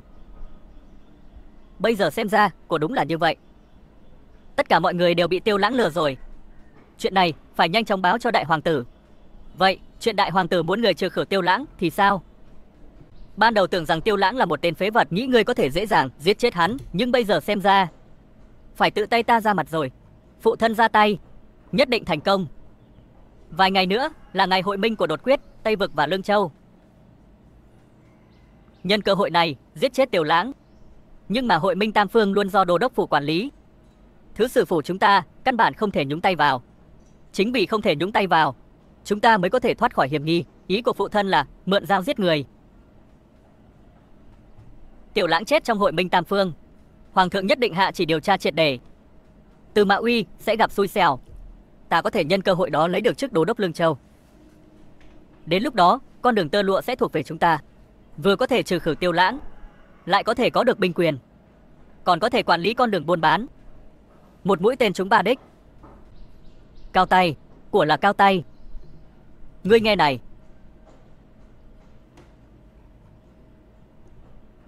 Cái gì? Chúng ta đều bị lừa rồi sao? Từ bức thư của Quách Anh. Của đúng là như vậy. Dám lừa ta sao? Không ngờ Tiêu Lãng lại có thể che giấu thực lực bao nhiêu năm như vậy. Ngay cả lão phu cũng nhìn lầm rồi. Tuyệt đối không thể để Tiêu Lãng. Ta đi sắp xếp ngay. Vương gia. Không xong rồi. Lại làm sao nữa? Tối qua hồn ma của Đường Hắc Hổ đi tìm Quách Kiệt báo thù rồi. Đa hành bất nghĩa tất tự bì. Nhìn xem, báo ứng của Quách Kiệt đến rồi kìa. Thật hay giả vậy? Thật đó, cả thành Lương Châu đều đồn đại. Người hầu của thứ sử đã tận mắt chứng kiến. Họ thật sự nhìn thấy oan hồn của Đường Hắc Hổ sao? Cái đó thì không phải. Họ nhìn thấy vô số ngọn lửa ma chơi bám theo Quách Kiệt. Lửa ma chơi? Đúng vậy, lửa ma chơi xanh lẻ âm u đáng sợ. Quách Kiệt đi đâu thì lửa ma chơi theo đến đó, như hình với bóng. Ôi, đáng sợ quá. Đặt nó xuống. Nghe nói sau khi lửa ma chơi biến mất thì Quách Kiệt bắt đầu ngứa ngay toàn thân, gãi đến nỗi chóc da luôn rồi. Sống trên đời đúng là ác giả ác báo. Vương gia, những thứ này thật sự là do ngài làm ra sao? Nàng xem này. Cái lửa ma chơi này còn gọi là lửa phốt pho, được chiết xuất từ xương người chết. Điểm bốc cháy của phốt phò rất thấp, chỉ cần nhiệt độ hơi cao một chút là có thể tự bốc cháy. Nói như vậy, chàng bảo Hùng Phi rắc lửa phốt pho lên người Quách Kiệt. Như vậy, Quách Kiệt đi đâu thì lửa ma chơi sẽ theo đến đó. Vẫn là ái phi của ta thông minh, nhưng hắn cũng không đến nỗi tự nhiên bị ngứa như vậy chứ. Thứ khiến người ta ngứa ngáy không phải là lửa ma chơi, mà là lông của sâu gióm. Lông của sâu gióm. Lông của sâu gióm này có độc, khiến người ta dính vào sẽ ngứa ngay khó chịu. Ngồi cũng không yên, loại trò quỷ quái này mà chàng cũng nghĩ ra được. Chàng thật là hư hỏng bà. Đàn ông không hư, đàn bà không yêu, chàng thật là... Ai. Vương gia, tiểu thư Tư Mã Vân Uy, con gái của đô đốc Lương Châu cầu kiến. Nàng ta đến đây làm gì? Gọi vào hỏi một chút là biết ngay.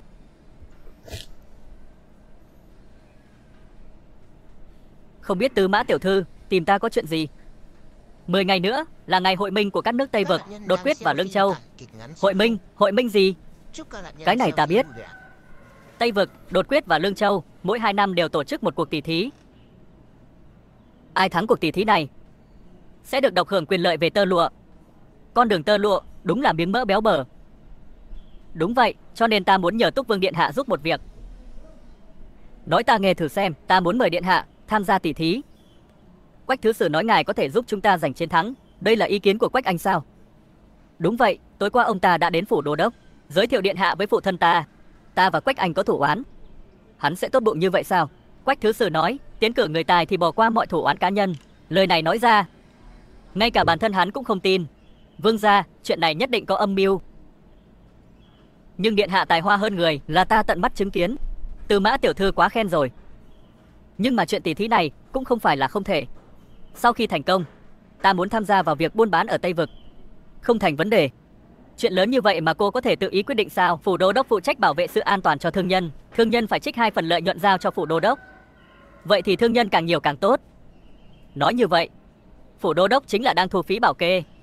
Triều đình mỗi năm cấp cho Lương Châu quân phí có hạn. Gia phụ bất đắc dĩ mới phải làm vậy. Cũng là khó xử cho Tư Mã đô đốc.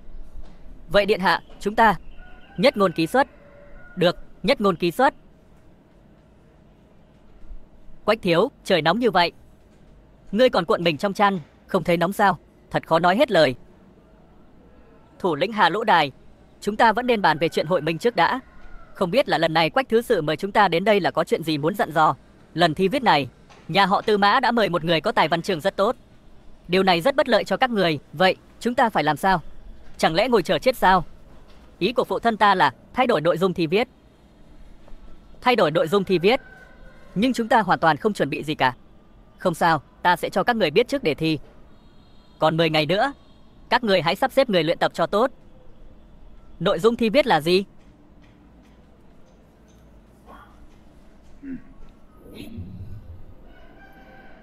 Phụ thân, Hà Lỗ Đài đã đồng ý rồi. Vậy thì tốt. Nhưng nếu Hà Lỗ Đài thực sự thắng cuộc thi, giành được tuyến đường phía Bắc, Đại Hoàng tử có đồng ý không? Đại Hoàng tử đã đồng ý rồi. Với bản tính tham lam của Đại Hoàng tử, làm sao có thể từ bỏ miếng mỡ béo bở này được? Đằng sau Đại Hoàng tử là nhà họ Thôi. Hiện tại nhà họ Thôi đang đấu đá với các gia tộc quyền quý khác đến chết sống. Căn bản không thể nào bận tâm đến con đường tơ lụa được. Cho dù là vậy, đó cũng là khoản thu nhập hàng chục triệu lượng bạc mỗi năm. Đối với Đại Hoàng tử, có thêm một người tranh giành ngôi vị thái tử, thì hắn sẽ ít đi một phần khả năng lên ngôi Kiểu Ngũ Chí Tôn. Cũng phải, đã làm hoàng đế rồi, thiên hạ đều là của hắn. Một con đường tơ lụa còn con, Đại Hoàng tử chắc chắn sẽ từ bỏ. Tiểu Lãng không chết, Đại Hoàng tử ăn ngủ không yên. Đúng vậy. Chư vị, hoan nghênh chư vị đến tham gia hội minh tam phiên.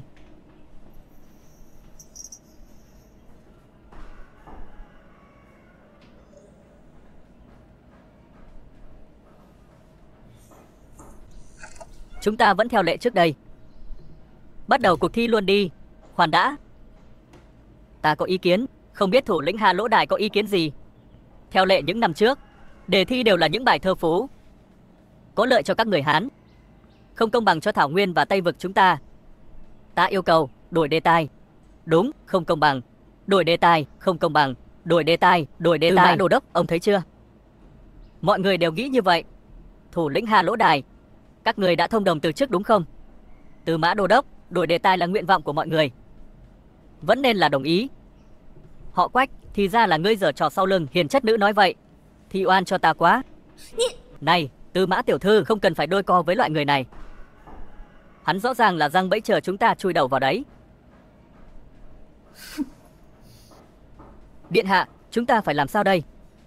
Binh đến tướng chặn, nước đến đất ngăn. Ta dù sao cũng là người xuyên không, còn sợ đám man di thảo nguyên và Tây vực này sao? Họ Tiêu, khẩu khí của người lớn thật đấy. Chờ chút nữa xem có bị xì hơi không. Chuyện này không cần ngươi lo. Ngươi lo cho bản thân mình trước đi. Này, Đường Hắc Hổ đang đứng sau người kìa. Tiêu Lãng, ngươi hù dọa ai đấy? Nói nhiều vô ích.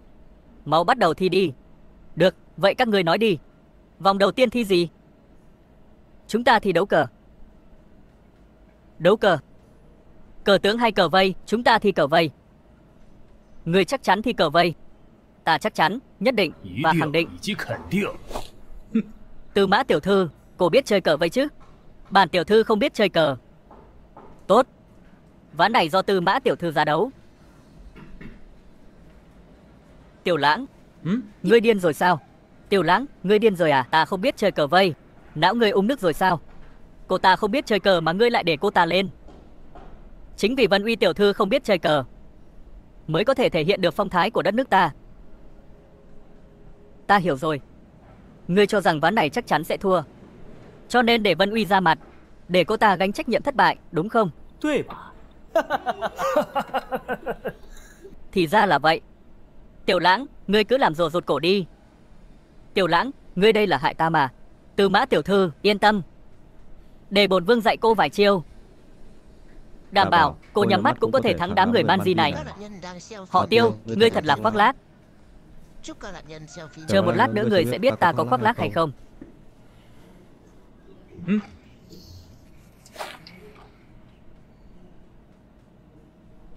Đơn giản vậy thôi. Đúng vậy, đơn giản vậy thôi. Đi đi. Đừng làm mất mặt bổn vương đấy.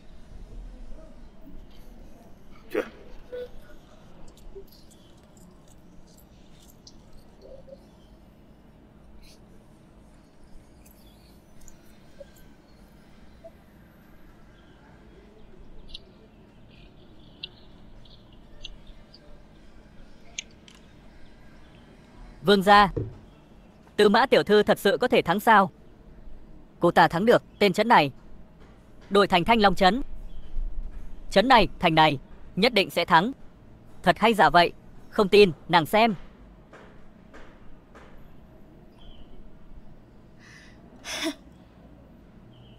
Ta thắng rồi.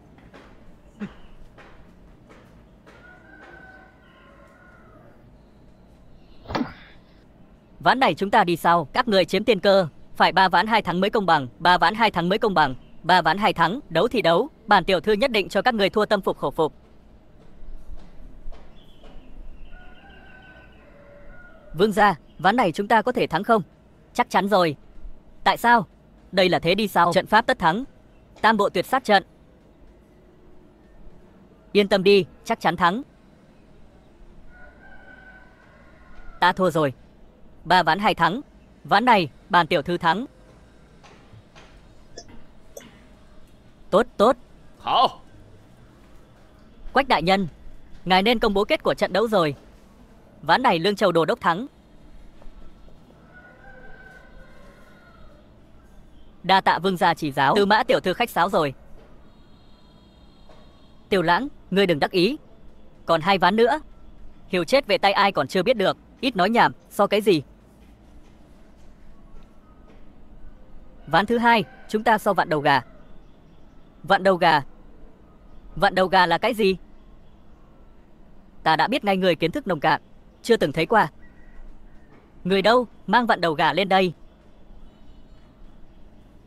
Ái chà, đây chẳng phải là khối Rubik sao? Cái vặn đầu gà này có tất cả 6 mặt, hiện đã bị đánh loạn. Ai có thể trong thời gian ngắn nhất khôi phục lại, người đó chính là người thắng. Người chắc chắn muốn so cái thứ này. Đương nhiên, ta lại cho người một cơ hội để hối hận. Không cần đâu. Tiêu Lãng, ngươi dọa ai đấy? Ngươi ngay cả tên vặn đầu gà cũng chưa từng nghe qua, còn muốn thắng, nằm mơ đi. Vậy nếu như bổn vương thắng, thì nên làm thế nào đây? Giết hay tha? Nghe hết theo người. Mạng của ngươi, Đường Hắc Hổ hắn tự sẽ lấy, ta lấy cũng vô dụng. Như vậy đi, Chúng ta cá cược một phen. Nếu như ta thắng, thua ta 50 vạn. Cá cược thì cá cược. Ai sợ ai, nói miệng không bằng chứng, lập giấy trắng mực đen.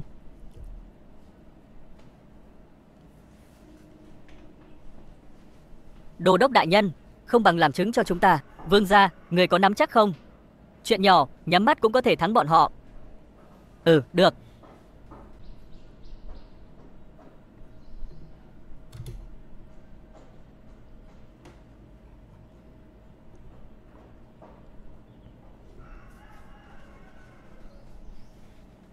Họ Tiêu kia, ngươi thật đúng là tự cao tự đại. Bản lĩnh của bổn vương há là thứ ếch ngồi đáy giếng như ngươi có thể hiểu được. Ta chưa từng thấy kẻ nào mặt dày vô sỉ như vậy. Ít nói nhảm, mau tới đây. Chỉ sợ ngươi không có bản lĩnh đó. Để thể hiện phong độ của một cường quốc, bản vương quyết định bịt mắt lại để thi đấu với các ngươi. Kiểu các người thua lại nói ta bắt nạt. Vương phi, nàng nói hắn có thể thắng không? Ta cũng không biết. Trước đây ta cũng chưa từng thấy hắn chơi bao giờ. Vậy mà hắn vẫn tự tin như vậy. Nghe theo số phận thôi. Đã muốn chết thì đừng trách chúng ta không khách sáo. Kỷ lục chơi Rubik 3 dấu nhân 3 tốt nhất của ta là 37 giây đấy. Không sợ các ngươi đâu. Chuẩn bị, bắt đầu.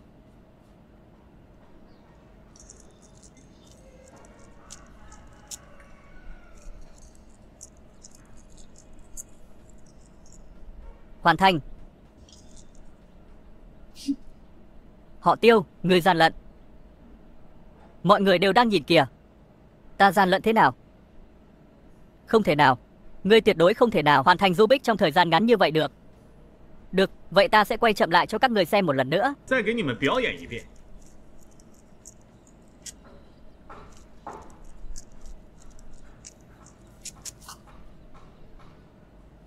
Vương gia lại hoàn thành rồi. Bây giờ, các người không thể chối cãi được nữa rồi. Ván thứ hai, chúng ta thắng. Đừng vội đắc ý. 3 trong 5 ván, chúng ta vẫn còn cơ hội. Yên tâm. Bản vương sẽ khiến các người thua tâm phục khẩu phục. Người đúng là sinh được đứa con trai tốt đấy. Sớm muộn gì cũng đứng sạch gia sản của các người. Tiểu Lãng, đừng vội đắc ý. Chưa đến hồi kết thúc, đừng vội đưa ra kết luận. Được, chúng ta cứ chờ xem. Ngươi đúng là thứ phá gia chi tử. Ngươi mắng ai đấy? Loại gà yếu như ngươi mà cũng dám đấu với bản vương. Tiểu Lãng, ta sẽ không tha cho ngươi. Ngươi có tha hay không ta không biết, nhưng Đường Hắc Hổ nhất định sẽ không tha cho ngươi đâu.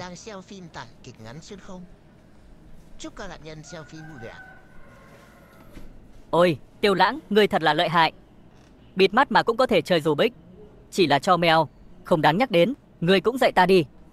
Được, đợi Bách Gia Môn kết thúc đã nhé. Vòng 3 chúng ta thì bắn cung. Bắn cung là sở trường của người Tây Vực và Thảo Nguyên các ngươi. Để công bằng, chúng ta không so độ chính xác. Không so độ chính xác. Vậy so cái gì? Chúng ta so số lượng và khoảng cách bắn. Giới hạn trong nửa canh giờ. Ai bắn càng xa càng nhiều thì người đó thắng. Ngươi chắc chắn so cái này. Đương nhiên, không nuốt lời, tuyệt đối không nuốt lời. Có yêu cầu gì về không yêu cầu?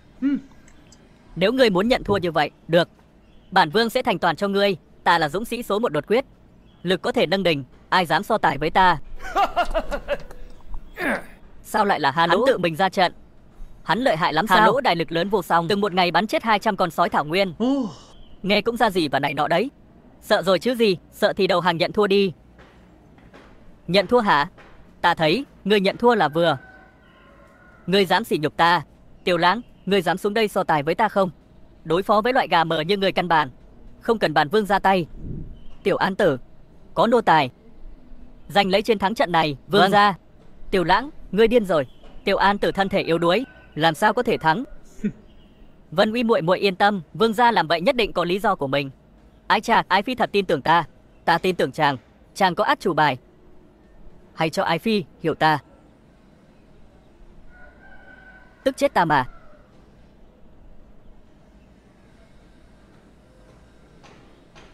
Tiểu Lãng, cây cung trong tay Tiểu An Tử trông kỳ lạ. Cây cung đó là do chính tay bổn vương thiết kế. Đặc điểm lớn nhất của cung phức hợp là tiết kiệm sức lực. Thật hay giả? Không tin cô xem.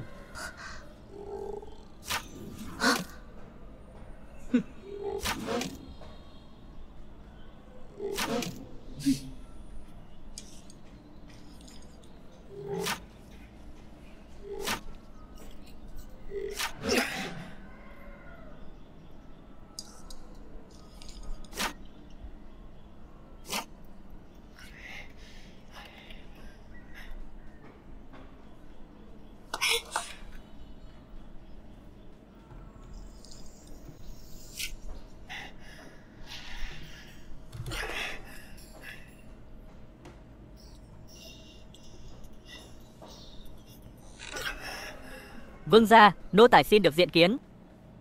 Vất vả cho ngươi rồi. Tiểu Lãng, có thể tặng ta cây cung phức hợp này không? Không thành vấn đề. Tiểu Lãng, ngươi sao vậy? Không sao, bị muỗi đốt một cái. Ban ngày ban mặt thế này, lấy đâu ra muỗi? Có thể muỗi đã bay mất rồi. Chúng ta vẫn nên nói về chuyện cây cung phức hợp đi. Ồ, đúng rồi, ngươi có thể tặng ta cây cung này không? Không thành vấn đề. Tiểu An Tử, mau đưa ta cây cung. Hà Lỗ Đài, ván này các ngươi lại thua rồi. 5 ván 3 thắng.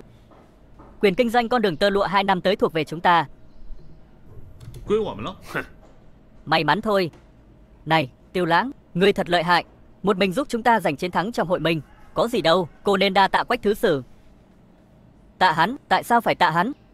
Hắn và Hà Lỗ Đài liên kết lừa chúng ta. Này, không thể nói như vậy. Dù sao cũng là Quách Thứ Sử tiến cử chúng ta. Ồ, nếu ngươi đã nói như vậy thì phải cảm ơn hắn thật. Hơn nữa, Quách Thứ Sử đã cho ta biết trước nội dung thi viết. Cái gì? Họ Quách kia. Ngươi dám giở trò với ta? Hà Lỗ Đài thủ lĩnh, ngươi đừng nghe lời nói hồ đồ. Ta không có. Vậy tên đó thắng thế nào? Quách Thứ Sử, ngươi đừng có giấu diếm nữa, thừa nhận đi. Tiểu Lãng, ngươi đừng có ngậm máu phun người. Tiểu Lãng, chúng ta có nên đi giúp Quách anh không? Lệ Chi tỷ tỷ cười cái gì vậy? Vân Uy muội muội, muội không nhận ra Vương gia đang hại Quách anh sao? À, ta hiểu rồi, hắn đang cố ý lì gián đấy. Lệ Chi tỷ tỷ, Tiểu Lãng thật là xấu, muốn đối phó với kẻ xấu thì phải dùng cách còn xấu hơn. Hình như ngươi nói cũng đúng. Hà Lỗ Dài, ngươi nghe thấy rồi chứ? Tiểu Lãng đang lừa ngươi đấy. Bọn người Hán các ngươi không có ai tốt cả. Nói như thể ngươi là người tốt lắm vậy. Ngươi.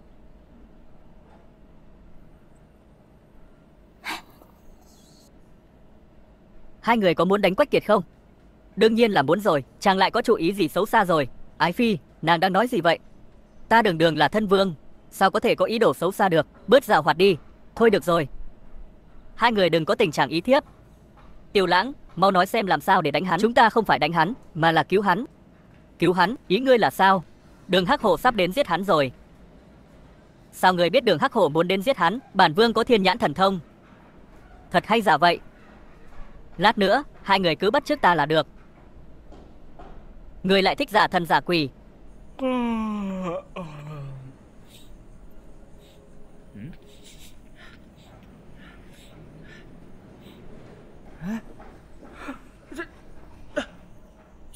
Chuyện gì thế này? Người đâu? Cứu người.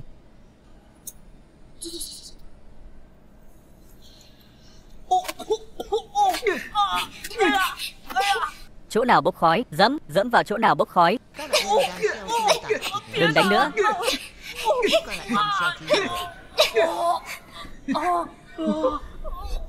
Đau chết ta rồi.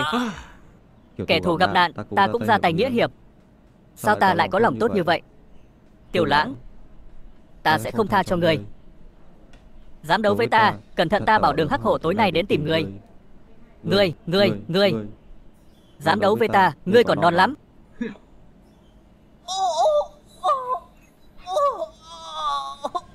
Màn thể hiện của Vương gia thật sự khiến người ta mở rộng tầm mắt. Chuyện nhỏ không đáng nhắc tới. Ta thấy ánh mắt của vị tiểu thư Tư Mã kia nhìn chàng sắp phát sáng rồi kìa. Thật sao? Sao ta không biết? Trong lòng chàng chắc hẳn đang vui như hoa nở rồi. Không thể nào, tuyệt đối không thể nào. Trong lòng ta chỉ có một mình Ái phi. Vậy còn Liễu Như Ý ở Vạn Hoa Lâu? Ái phi, nàng hiểu lầm rồi. Liễu Như Ý ấy mà, chỉ là lấy nàng ta làm bình phong thôi. Ta tin người mới lạ. Ái phi à, gần đây ta học được một bí thuật nâng ngực. Hay là thử xem sao? Ngươi thật đồi bại. Này, bản vương là người chính trực, sao có thể làm chuyện bị ổi như vậy chứ? Ta chẳng phải chỉ muốn cho Ái phi hoàn mỹ hơn một chút sao? Ngươi chỉ muốn lợi dụng ta. Bản vương là chính nhân quân tử, sao có thể làm chuyện bị ổi như vậy chứ? Vậy phải làm thế nào? Ái phi chỉ cần nằm thẳng cẳng trên giường, cởi bỏ ngoại y, ta xoa bóp cho nàng là được. Đồi bại.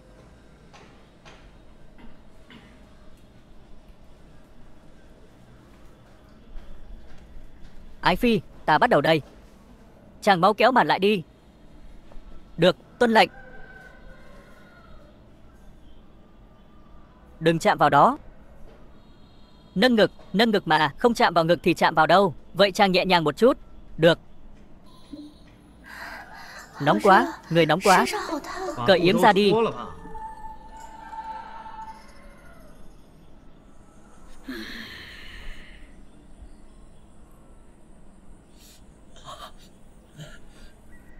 Phụ thân, quyền kiểm soát con đường tơ lụa đã mất rồi. Chúng ta phải ăn nói thế nào với đại hoàng tử đây? Ai nói chúng ta mất quyền kiểm soát con đường tơ lụa? Hôm nay là ngày hội liên minh, cuộc tỷ thí giữa đột quyết và Tây Vực. Hà Lỗ Đài đã thua rồi. Đúng sao? Vậy, nhưng Lương Châu đã thắng. Lương Châu thắng, quyền kiểm soát sẽ rơi vào tay Từ Mã Huy. Chuyện này chẳng liên quan gì đến thứ sử phủ chúng ta. Nếu hàng hóa không thể ra khỏi Lương Châu, hoặc bị cướp trên con đường tơ lụa, thì người nghĩ những thương nhân đó sẽ nghĩ như thế nào? Ý của phụ thân là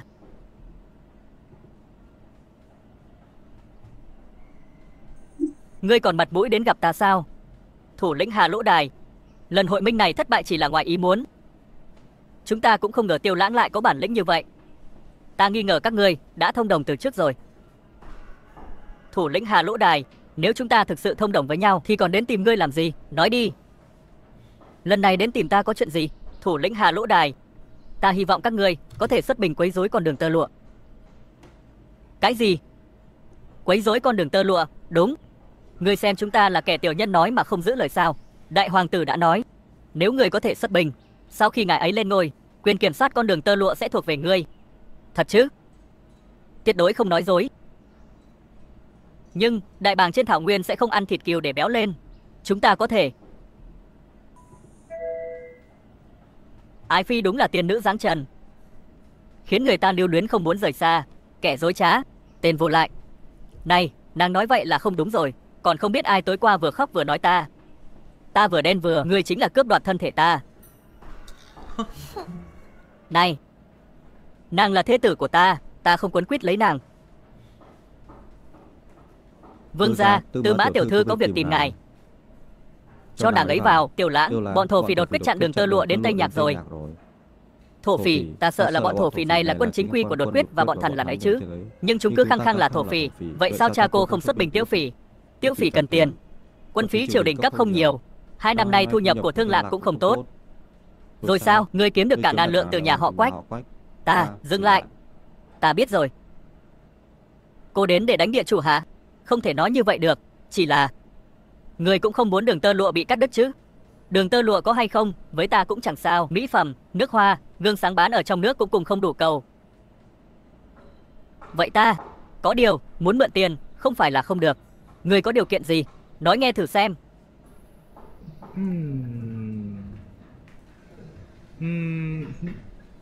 Cô, gạ cho ta làm chắc phi. Ta coi người như huynh đệ. Ngươi vậy mà muốn quẹt thẻ ta. Ấy, ta cho cha cô mượn tiền. Nếu cha cô Tiễu Phỉ thất bại, vậy số tiền ta cho mượn chẳng phải là mất trắng sao? Vậy nếu ông ấy thành công thì sao? Cô động não mà nghĩ đi. Bọn kỵ binh đột quyết và Tây Vực đến vô ảnh đi vô tung. Các cô lấy gì mà đánh? Vậy theo như người nói, chúng ta giành được đường tơ lụa thì có tác dụng gì? Hà Lỗ Đài để mặt cô thì mới có tác dụng. Không để mặt cô, ký kết rồi cũng vô dụng. Vậy ngươi nói xem phải làm thế nào cho quân đội của cô đi dọc theo con đường tơ lụa này mà giết? Gặp ai không phục thì giết hết. Cứ nói là bọn chúng chứa chấp tội phạm. Làm vậy có khi nào khiến chúng nổi giận? Uy nghiêm chỉ có trên lưỡi kiếm, chân lý chỉ nằm trong tầm bắn của đại bác. Khiến chúng sợ hãi thì chúng mới chịu dừng tay. Uy nghiêm chỉ có trên lưỡi kiếm, chân lý chỉ nằm trong tầm bắn của đại bác. Tuyên ngôn thật bá đạo. Nói hay lắm, cứ theo lời ngươi nói, ta gả cho ngươi. Ôi trời, tiểu nha đầu này lấy nhầm kịch bản rồi. Đồng ý nhanh vậy. Có phải đã thèm muốn ta từ lâu rồi không? Vân Uy muội muội, hôn nhân là chuyện cả đời, phải thận trọng. Lệ Chi tỷ nói vậy là không đúng. Sao lại không đúng? Phụ nữ mà, cuối cùng cũng phải lấy chồng. Lấy ai mà chẳng phải lấy. Tiểu Lãng, người này tuy tướng mạo bình thường, danh tiếng thì lại càng kém, vô tích sự. Nhưng mà tính tình rất hợp khẩu vị của ta. Gả cho hắn cũng không phải là khổ. Sao ta lại thấy lời cô nói có lý? Nhưng sao ta lại thấy kỳ quặc? Ngươi một nam tử Hán, ngươi so đo làm gì? Nữ nhân như ta, gả cho ngươi là phúc phận của ngươi. Cô nói như vậy ta không còn gì để nói. Hai người cứ quyết định chuyện trọng đại như vậy. Không suy nghĩ thêm sao? Ái phi, chuyện này phải nhanh chóng quyết định. Chậm trễ sẽ sinh biến, ta tin người mới lạ. Thôi, được rồi, hai người muốn tình trạng ý thiếp, đợi ta đi rồi hãy nói. Được rồi, chuyện tiền bạc thì sao? Ta có thể cho cô vay 300 vạn lượng. Nhưng mà, phải tiêu xài như thế nào thì ta là người quyết định. Tại sao? Bởi vì phụ thân cô căn bản không hiểu việc binh đao. Người nói cái gì? Tiểu Lãng, đừng tưởng mình biết chút tài lẻ mà tự cao tự đại, coi anh hùng thiên hạ như cỏ rác. Phụ thân ta dù sao cũng là đô đốc Lương Châu. Phụ thân cô thủ thành thì được, nhưng tấn công thì không đủ. Nếu phụ thân ta có chút đầu óc thì chiếc đô đốc này đã phải đổi người. Người dám mắng cả cha ruột. Muốn tạo phản sao? Tạo phản thì đã sao? Ta tạo phản thì đã sao? Tạo phản ta cũng không tạo nổi. Ai tạo phản cũng được, nhưng ta thì không được. Thiên hạ này vốn dĩ là của nhà họ Tiêu chúng ta, ta chỉ đang bàn chuyện phải trái thôi. Vậy ngươi nói xem nên làm thế nào? Quân đội đóng tại Lương Châu của các cô phần lớn là các bộ tộc, hoàn toàn không đối phó được với kỵ binh. Vì vậy, ta chuẩn bị xây dựng một đội quân tinh nhuệ. Chỉ với 3 triệu lượng bạc của ngươi, muốn xây dựng một đội quân tinh nhuệ không có cửa đâu. Nuôi quân tinh nhuệ rất tốn kém. 3 triệu lượng bạc còn không đủ mua ngựa. Đó là do cha cô suy nghĩ không đúng. Ý ngươi là sao? Ai nói quân tinh nhuệ phải tự mình nuôi? Không tự mình nuôi ai giúp ngươi nuôi? Phía Bắc là thảo nguyên, phía Tây có rất nhiều du mục. Chúng ta có thể bắt đầu từ những bộ lạc này. Nhưng tại sao họ phải nghe lời ngươi? Bình thường họ bị ức hiếp, thiếu ăn thiếu mặc. Chúng ta bỏ tiền, họ bỏ người. Dọc theo con đường tơ lụa cứ thế mà cướp bóc. Cướp tiền, cướp lương thực, cướp phụ nữ. Cô nói xem họ có dám không? Chắc chắn là dám. Ta sẽ về thương lượng với cha ta. Này, nàng nói cô ta xem, còn vội hơn cả khỉ. Vương gia tính toán thật là giỏi. Chiêu mượn dao giết người này thật là cao tay. Ái phi quá lời rồi. Chúng ta gọi là cùng có lợi. Chàng nắm trong tay Lương Châu, Thổ Phồn, Tây Vực. Mục đích cuối cùng của chàng là gì? Tất nhiên là để kiếm tiền. Kiếm tiền. Con đường tơ lụa này là tuyến đường thương mại quan trọng của phương Đông và phương Tây, đồng nghĩa với vô số của cải. Nghe có vẻ hợp tình hợp lý. Chỉ với chút thủ đoạn nhỏ nhoi của chàng cũng chỉ lừa được những cô gái ngây thơ như Từ Mã Văn Uy. Ái phi, ta chỉ là một vương gia hữu danh vô thực. Ngoài kiếm tiền ra, ta còn biết làm gì nữa. Chí hướng của vương gia đâu có nhỏ bé như vậy. Ôi trời, tiểu nương tử này ánh mắt thật tinh tường. Phải nghĩ cách chuyển hướng sự chú ý của nàng ta mới được. Ái phi vậy mà lại nghi ngờ ta sao? Thật là khiến ta đau lòng. Ta tin người mới lạ. Ta vốn đem lòng hướng trăng sáng. Trăng sáng đem lòng ném xuống mương. Ta vốn đem lòng hướng trăng sáng. Trăng sáng đem lòng ném xuống mương. Thật là câu thơ tuyệt diệu. Quả nhiên, thơ ca có sức sát thương rất lớn đối với tiểu nương tử này. Hay là Vương phi, chúng ta lên giường nghiên cứu tiếp 2 câu sau nhé. Chàng tự mình nghiên cứu đi. Ý nàng là sao? Ngày nào cũng nói chị yêu mình ta. Sai truyền liền muốn cưới chắc phi. Ái phi, nàng hiểu lầm rồi. Ta cũng là bất đắc dĩ mà. Bất đắc dĩ cái gì? Sợ là chàng đã sớm thèm muốn tiểu cô nương Từ Mã Văn Uy kia rồi chứ gì. Ấy, Ái phi à, ta chỉ là một thương nhân. Việc gì cũng phải xem lợi ích. Ta cho Từ Mã Huy mượn tiền, cũng phải có chút hồi báo chứ. Vậy chàng có thể đưa ra yêu cầu khác mà. Ông ta nghèo đến sắp ăn đất rồi. Ngoài con gái ra còn có thể có gì nữa? Chàng chính là đang ngụy biện. Ái phi, nàng dung mạo khuynh quốc khuynh thành, tài sắc vẹn toàn, mới là người xứng đôi với ta. Miệng đàn ông toàn lời dối trá. Nàng muốn đi đâu? Ta đi tìm Tư Mã Văn Uy nói chuyện cửa sau. Vậy thì làm phiền Ái phi rồi.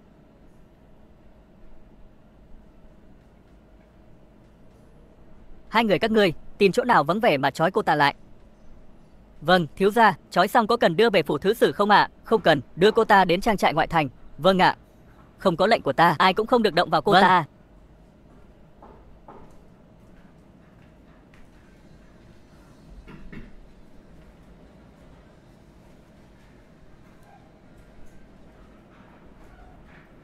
Nữ nhân mà lão tử không có được thì ai cũng đừng hòng có được. Vương gia ơi, vương gia, lại xảy ra chuyện rồi. Lại chuyện gì nữa vậy? Vương phi lại bị sơn tặc bắt cóc rồi. Bọn chúng có để lại lời nhắn gì không? Bọn chúng nói là ngài chuẩn bị 14 triệu 500 lượng bạc, một mình đến ngoại thành chuộc vương phi. Quách Kiệt, ngươi thật sự muốn tìm đường chết sao? Vương gia, họ Quách lại bắt cóc vương phi ư? Số tiền này lại còn lẻ nữa chứ? Trùng hợp là giống hệt số ta lừa hắn. Ngoài hắn ra thì còn ai vào đây nữa? Vậy chúng ta phải làm sao đây, vương gia? Nó đã muốn chết rồi, thì ta sẽ thành toàn cho nó. Như vậy đi, ngươi đi tìm tử thần. Tên họ Tiêu kia, mang tiền tới chưa? 14.500.000 lượng đây rồi. Thả Vương Phi ra, lên xem đi.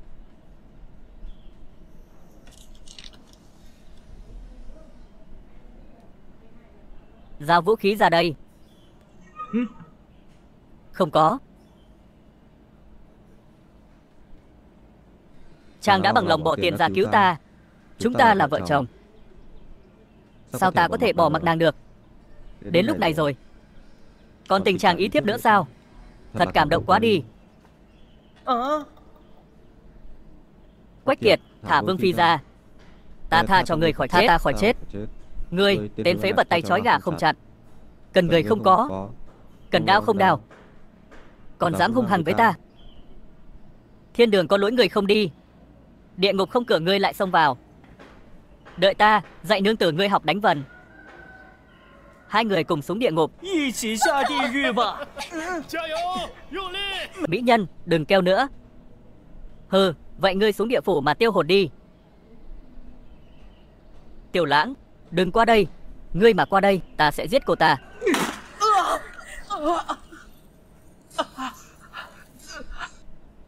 Tiểu Lãng, vương gia, ta sai rồi. Xin hãy tha cho ta. Chỉ cần ngươi tha cho ta, ta sẽ nói cho ngươi một bí mật. Nói nghe thử xem. Đại hoàng tử muốn giết người. 10 năm trước ta đã biết rồi. Tiểu Lãng, ta hiểu rồi. Tất cả đều là giả vờ, chỉ là để trốn tránh sự truy sát của đại hoàng tử. Tất cả đều là giả vờ. Đã biết bí mật của ta rồi. Ngươi định làm gì đây? Ngươi sẽ không giết người diệt khẩu chứ? Chỉ có người chết mới giữ được bí mật. Ta tuyệt đối sẽ không tha cho ngươi. Tiểu Lãng, con trai ta, Quách Kiệt, đâu rồi? Quách Kiệt không phải đang ở phủ thứ sử sao? Ngươi đến đây làm gì? Đừng có lừa ta. Con trai ta Quách Kiệt bỗng dưng mất tích. Có phải ngươi giở trò quỷ không? Con trai ngươi mất tích rồi, liên quan gì đến ta? Tiểu Lãng, ngươi đang giả vờ không biết gì phải không? Ta hiểu rồi. Tên Đường Hắc Hổ đó trả thù con trai ngươi, bắt cóc con trai ngươi đi rồi. Ngươi định đổ tội cho ta sao? Trên đời này làm gì có ma quỷ. Vậy tại sao gần đây Quách Kiệt lại bị ma ám? Tiểu Lãng, chúng ta đều là người thông minh. Nếu Quách Kiệt có mệnh hệ gì, ta nhất định cho ngươi chôn cùng. Vậy thì cứ chờ xem. Quách Anh, có phải ngươi thông đồng với Tư Mã Huy không? Hội minh ba bên khiến chúng ta mất quyền kiểm soát con đường tơ lụa, lừa chúng ta đóng vai kẻ cướp, rồi ngươi lại phái quân đội tấn công bộ lạc thảo nguyên của chúng ta, chặn đường lui của chúng ta, chặn đường lui của các ngươi. Sao lại nói vậy? Tư Mã Huy đã mua chuộc rất nhiều bộ lạc, khiến cả thảo nguyên hỗn loạn. Hắn muốn xuất binh cũng phải có lương thảo. Lương thảo thành Lương Châu đều nằm trong tay ta. Hắn làm sao có thể xuất binh? Vậy Tư Mã Huy làm sao giết được 2 vạn binh sĩ của chúng ta, còn cướp đi 30 vạn bá tánh? Chắc chắn là Tiêu Lãng giở trò quỷ. Vậy chúng ta phải làm sao? Đơn giản, giết là được. Giết? Giết thế nào? Quân đội liên minh các nước Tây Vực và đột quyết đang tấn công thành Lương Châu. Ép Tư Mã Huy giết Tiểu Lãng, giao quyền kiểm soát con đường tơ lụa. Ý kiến hay. Tiểu Lãng, chuyện lớn rồi. Gần 50 vạn quân Tây Vực và đột quyết đang tiến đánh Lương Châu. Liên quan gì đến ta? Cha cô là thứ sử Lương Châu. Chuyện đánh giặc là do ông ấy quản. Quân Lương Châu đều được cha ta phái đi dẹp loạn con đường tơ lụa rồi. Ta cũng không còn bình mã. Tìm ta có ích gì? Việc này là do ngươi gây ra. Không tìm ngươi thì tìm ai? Cô đây là muốn dựa vào ta sao? Cha ta nói rồi, nếu ngươi không đẩy lui được liên quân Tây Vực và đột quyết thì sẽ không gả ta cho người nữa. Được. Cha cô đây là đang ép ta phải dùng đến tuyệt chiêu sao? Vậy thì ta mặc kệ. Được, vậy để ta tự mình nói chuyện với cha cô. Thật là phóng đãng. Túc Vương điện hạ, 2 chữ đó là thẳng thắn. Ta thật mất mặt quá mất mặt rồi. Xem ra đại nhân đối với sự vật sự việc vẫn còn ở tầng nhìn núi là núi, nhìn nước là nước. Ý ngươi là sao? Đại nhân muốn làm người thẳng thắn cũng không có gì đáng trách. Nhưng cả thế giới đều đục, chỉ có mình đại nhân là trong sạch. Đây chính là nguyên nhân khiến con đường làm quan của ngài không thuận lợi. Của thật là vậy. Đây chính là kết quả của việc nhìn núi là núi, nhìn nước là nước. Vậy ta phải làm sao để hóa giải? Nếu đại nhân có thể hòa mình vào thế tục, là một vị quan phóng đãng có tấm lòng rộng mở, thì vấn đề sẽ được giải quyết dễ dàng. Đã là phóng đãng thì sao có thể có tấm lòng rộng mở? Nước sông Trường Giang thì trong, nước sông Hoàng Hà thì đục. Nước sông Trường Giang có thể tưới ruộng, mà nước sông Hoàng Hà cũng có thể tưới ruộng. Nước trong nước đục đều có thể nuôi sống bá tánh. Đại nhân thấy có đúng không? Cho nên là dù là tham quan hay thanh quan,还是清官， đều là một quân cờ trị quốc của hoàng đế mà thôi. Ý của ngươi là muốn ta làm một tham quan. Đại nhân, ngài hối lộ cấp trên sẽ có đủ tiền bạc lương thực. Vậy thì hạ quan hối lộ ngài không gì hơn là muốn mua một sự an tâm. Nhìn như vậy, ngài sẽ trở thành một quan tham tiếp khách. Nhưng thực tế thì mục đích của ngài rất an tâm, đó chính là tấm lòng rộng mở. Lúc này ngài sẽ chiến thắng. Thủ đoạn bẩn thỉu, tấm lòng hướng thiện. Đúng, Túc Vương điện hạ tuổi còn trẻ mà đã có kiến thức như vậy, thật đáng khâm phục. Đại nhân, ngài quá khen.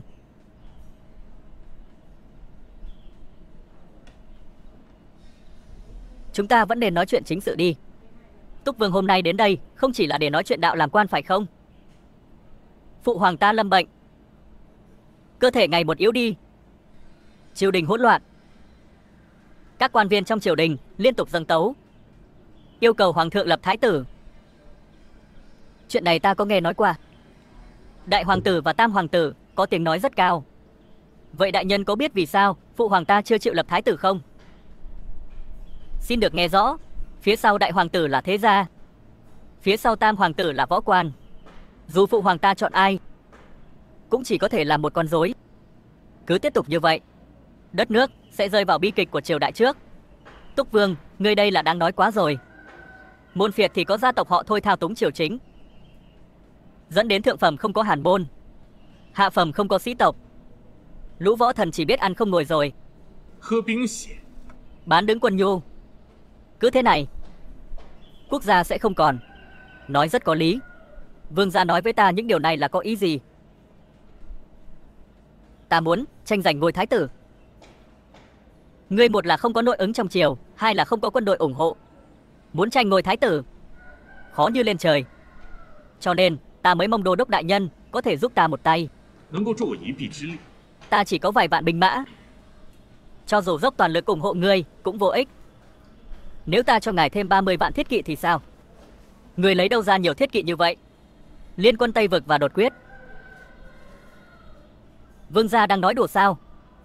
Ngài nhìn ta xem có giống đang nói đùa không? Ngươi có thể thuyết phục liên quân đột quyết và Tây Vực. Thuyết phục bọn họ làm gì? Đánh bại bọn họ là được. Chỉ bằng sức của một mình ngươi, làm sao có thể đánh bại 50 vạn thiết kỵ? Ta còn có 3.000 quân vũ lâm, 7.000 thảo khấu, cộng lại tổng cộng 1 vạn binh mã. Cho dù cho ngươi 10 vạn quân mã, ngươi cũng không thể đánh bại 50 vạn thiết kỵ. Nếu ta có thể thì sao? Vậy ta sẽ nghe theo hiệu lệnh của ngươi. Được. Một lời đã định. Ta ở trên cao ngắm cảnh đẹp, lại nghe phía dưới hỗn loạn. Cờ bay phấp phới in bóng trên không. Hóa ra là quân của Tư Mã phái đến. Đã lúc nào rồi, ngươi còn tâm trạng hát sướng? Ấy, Vân Uy, phàm là việc gì cũng phải học cách thư giãn. 气 Gặp mọi chuyện phải học cách bình tĩnh. 啊！ Giờ là lúc sống còn. Một khi Lương Châu thất thủ, hàng vạn bá tánh trong thành sẽ tàn sát. Yên tâm, ta ở đây rồi. Bọn chúng không vào được đâu. Tiểu Lãng, bây giờ Lương Châu đối mặt với cơn nguy khốn chưa từng có, chàng không thể bất cẩn được. Vẻn vẹn 50 vạn tên thiết kỵ, trong mắt ta chỉ như tôm tép nhãi nhép. Túc Vương ta đây dễ dàng tiêu diệt. Ngươi nói vậy mà nghe được à? Ta thật không biết ngươi lấy đâu ra dũng khí, lại có thể bình tĩnh như vậy. Từ Mã đại nhân, ông có nghe nói qua chuyện đánh cá không? Không. Ông biết người ta nói thế nào về đánh cá không? Sóng càng lớn, cá càng đắt. Chỉ sợ sóng to quá, người đánh cá bị nuốt chừng. Lý tưởng vẫn nên có, nhỡ đâu thành hiện thực thì sao? Tiểu Lãng, ta và Hà Lỗ Đài đã thương lượng xong rồi. Chỉ cần ngươi tự sát, tạ tội với thiên hạ, giao nốt quyền kiểm soát con đường tơ lụa. 50 vạn thiết kỵ của đột quyết và Tây Vực sẽ rút quân. Nói lời giữ lời, nếu ta không chấp nhận thì sao? Vậy thì chiến trường gặp, 50 vạn thiết kỵ sẽ san bằng Lương Châu, thành mà vỡ, gà chó không tha. Ngươi thật sự cho rằng các ngươi có thể công phá được thành Lương Châu sao? Hiện tại, trong thành Lương Châu binh lực trống rỗng, lương thảo không đủ, chắc chắn sẽ thua. Hà Lỗ Đài, Quách Anh, các người có dám lên đây xem ta đánh bại 50 vạn thiết kỵ của các người như thế nào không? Cậy vào mấy ngàn quân các ngươi mà muốn đánh bại đại quân đột quyết của ta, mơ tưởng. Đến lúc đó, nhìn thấy tộc nhân của người chết đi, đừng có quỳ xuống cầu xin ta. Ngươi không có cơ hội đó đâu. Ngô Ngụy, hành động, cỗ máy súng, điều chỉnh bắn tên, hình thành mạng lưới hỏa lực. Súng cối chuẩn bị hỗ trợ bắn 120 viên đạn ở góc 50 độ. Chuẩn bị. Vương gia, đây là những thứ gì vậy? Đây đều là những vũ khí do chính bản vương thiết kế. Vũ khí này lợi hại lắm sao? Đối phó với vũ khí lạnh ấy hả? Địch trăm người cũng không thành vấn đề. Hay là cô thử xem. Vậy là một nữ nhân như ta cũng có thể ra trận. Đừng nói là nữ nhân, cho dù là trẻ con cũng có thể ra trận giết. Vậy ngươi dạy ta đi. Chờ một chút. Ngươi muốn làm gì? Ta muốn chiêu chọc hắn một chút. Này, những kẻ bên dưới nghe rõ đây. Các ngươi đã bị bao vây rồi. Mau hạ vũ khí xuống đầu hàng đi. Nếu không, ta sẽ đại khai sát giới đấy. Chỉ bằng lũ ông hợp các ngươi mà cũng muốn đánh bại 50 vạn thiết kỵ của ta sao? Thật là si tâm vọng tưởng. Tất cả đều là do các người tự chọn lấy. Tiếp theo, hãy lãnh nhận lửa giận của ta đi. Ngô Ngụy, bắt đầu. Toàn quân nghe lệnh. Bắn phủ đầu, không phân biệt mục tiêu, chuẩn bị. Bắn.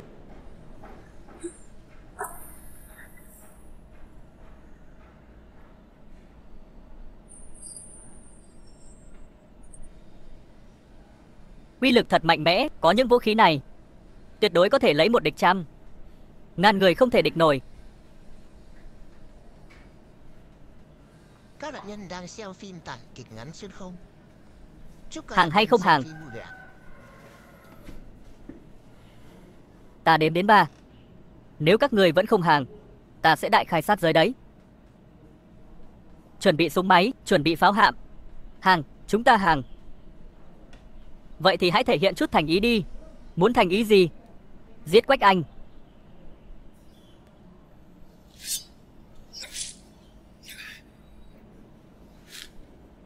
Liên quân Tây Vực và đột quyết chúng ta nguyện thể sống chết đi theo Vương Điện Hạ. Có tin từ Lương Châu chuyển đến, Tiểu Lãng đã đánh bại 50 vạn quân liên minh của đột quyết và Tây Vực. Hắn chỉ có 5.000 quân giả yếu, làm sao đánh bại được 50 vạn thiết kỵ? Nghe nói là Tiểu Lãng phái binh tập kích, bắt sống toàn bộ tướng lĩnh của liên minh đột quyết và Tây Vực. Lũ phế vật. Bây giờ không phải lúc chỉ cứu. Việc cấp bách là phải ngăn Tiêu Lãng về kinh.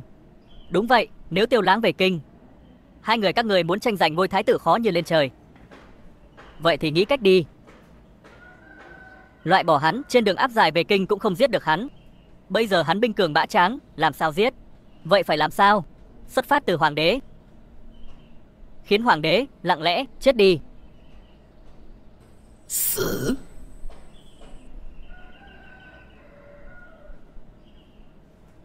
Không ngờ chúng ta lại thắng dễ dàng như vậy. Uy lực của thứ lửa này thật lớn, ngay cả một nữ nhân như ta cũng có thể dễ dàng giết chết mấy ngàn thiết kỵ. Đao thương côn bồng đều sẽ trở thành lịch sử. Chiến tranh tương lai, hỏa khí mới là vương đạo. Đúng vậy, có hỏa khí, đừng nói 50 vạn đại quân, cho dù nhiều gấp đôi, cũng giống như bóp chết một con kiến. Có uy lực của hỏa khí, vương gia chẳng phải là thiên hạ vô địch sao? Đạo làm vua, không gì ngăn cản được. Nhân ái thiên hạ mới có thể vô địch, được lòng dân. Không ngờ ngươi còn có kiến thức như vậy, xứng đáng là nam nhân mà Tư Mã Vân Uy ta để mắt tới. Điện hạ, 35 vạn tinh binh đột quyết và Tây Vực đã được chỉnh đốn xong.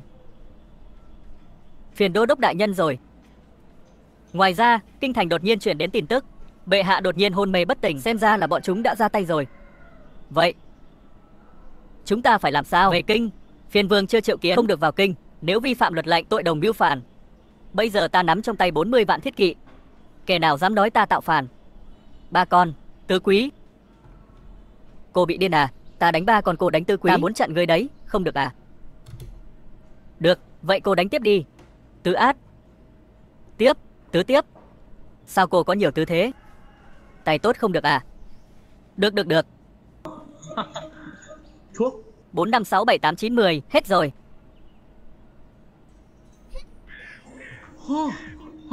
51, trên bàn 250, bỏ 3. Thối 2, bòm Tứ Quý. Mỗi người 32,0, tổng cộng 64,0 ký tên, điểm trì. Hai người thông đồng với nhau, gian lận phải không? Gian lận thì cũng phải có tiền. Nếu không ta sẽ cho người đẹp mặt. Vương gia, đại hoàng tử và tam hoàng tử đến rồi. Hai người bọn họ đến tận cửa rồi.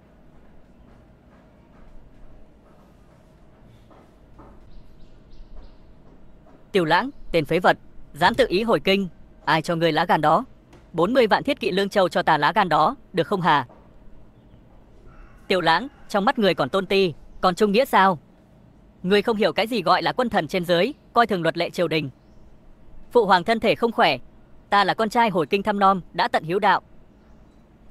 Có liên quan gì đến luật lệ triều đình? Tiểu Lãng, ngươi thật sự muốn nhúng tay vào vũng nước đục này? Cái gì gọi là vũng nước đục? Sao ta nghe không hiểu? Ta khuyên ngươi lập tức quay đầu về Lương Châu. Chỉ cần ngươi dám bước chân vào kinh thành, xương cốt cũng không còn, ta sợ quá đi. Vậy chúng ta cứ chờ xem. Lục hoàng tử, mạch của bệ hạ rất kỳ lạ. Mạch tượng bình thường, nhưng gọi thế nào cũng không tỉnh. Gần đây ông ấy có ăn gì lạ không ạ? Thứ này là gì? Đây là thứ mà Thái hậu sai người mang đến. Mau mang nó đi. Đây là hương mạn Đà La, ngửi nhiều dễ gây chết người. Vâng.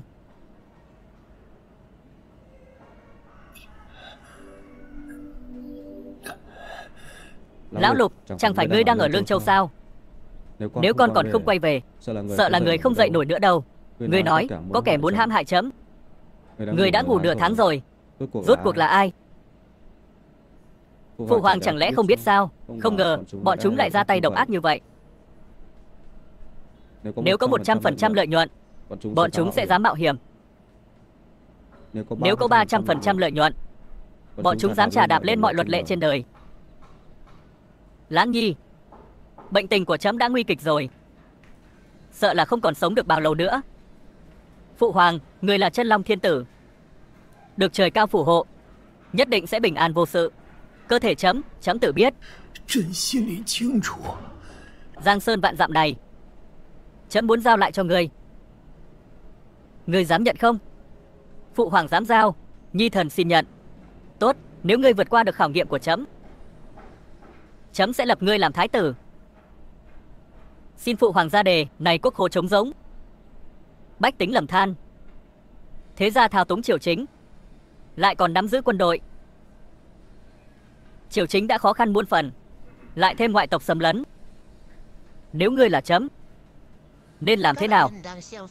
Phụ hoàng, mối lo của đất nước là ở nội bộ chứ không phải bên ngoài, là ở triều đình chứ không phải dân chúng. Nói rõ hơn cho chấm nghe.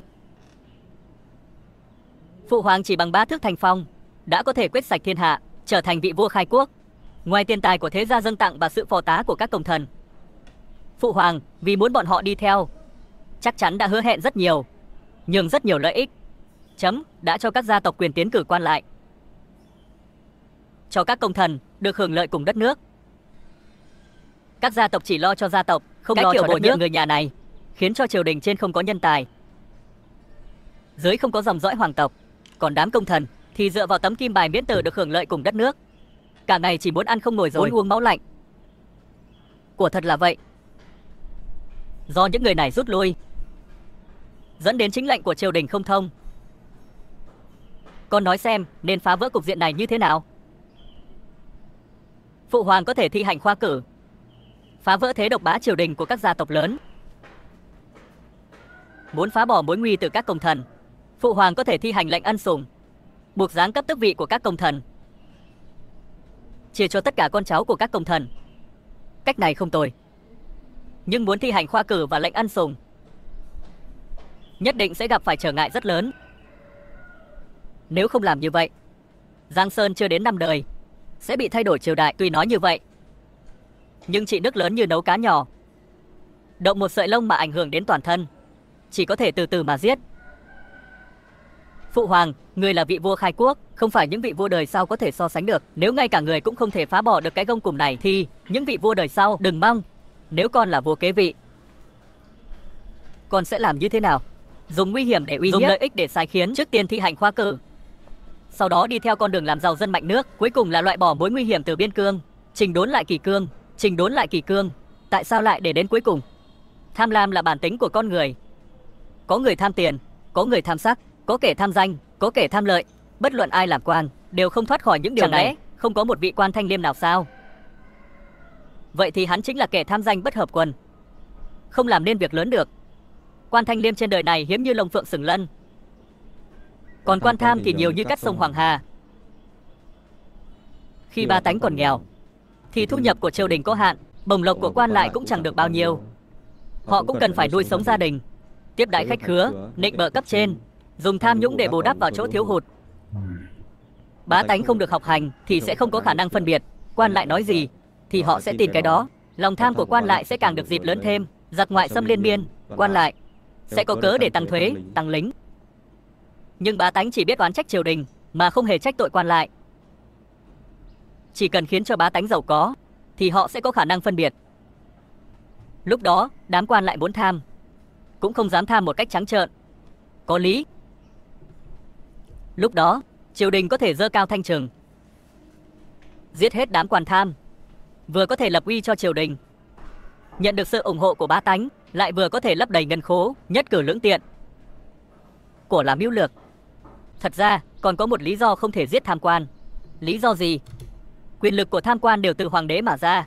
Phải một lòng một dạ đi theo hoàng đế thì họ mới có thể sống những ngày tháng tốt đẹp. Lãng Nhi, trẫm thật sự đã xem thường con. Hôm nay trẫm cho con một cơ hội, xem con trị đám quan lại như thế nào. Tạ phụ hoàng, truyền chỉ truyền túc vương Tiêu Lãng nhậm chức hộ bộ thượng thư. Tức chết ta, Tiêu Lãng là cái thá gì chứ? Phụ hoàng lại để hắn làm hộ bộ thượng thư. Điện hạ, ta đã nói bao nhiêu lần rồi, người phải học cách kiềm chế. Ngoại tổ phụ, người nói xem phụ hoàng làm vậy rốt cuộc là vì cái gì? Không gì khác là muốn phân hóa thế gia và võ tướng. Tại sao lại thế? Hoàng thượng lo ngại thế gia và võ tướng đã lâu, nên lần nữa mãi không chịu lập thái tử. Giờ đẩy Tiêu Lãng ra, sẽ có kẻ vì muốn tranh giành quyền lợi mà đầu cơ chọn phe phái, thế gia và võ tướng sẽ tự phân hóa. Thì ra là vậy. Vậy chúng ta phải làm sao? Tiêu Lãng chỉ là một tên bất tài, hắn có làm nổi hộ bộ thượng thư sao? Bệ hạ chắc là bệnh đến hồ đồ rồi, lại để chàng làm hộ bộ thượng thư. Ta làm hộ bộ thượng thư thì đã sao? Chàng biết tính toán sao? Bản vương tính toán tuyết rơi, độc bộ thiên hạ. Tin chàng mới lạ. Vương gia, hộ bộ là sao huyệt của thế gia. Trước khi Thôi Diễn làm thừa tướng, chính là hộ bộ thượng thư. Vậy thì đã sao? Trong hộ bộ 7-8 phần là người của Thôi Diễn, có thể nói là một khối sắt. Hơn nữa, con rể của hộ bộ thị lang là Tống Siêu lại là người luôn nghe theo Thôi Diễn, vừa hay muốn tìm một con khỉ để giết gà dọa khỉ. Vậy thì chọn Tống Siêu đi. Cái gì? Chàng muốn giết Tống Siêu? Đúng vậy, chàng đây là muốn đối đầu trực diện với thế gia sao? Đánh một quyền cho mở, khỏi phải đánh trăm quyền. Ta ủng hộ chàng, cố lên.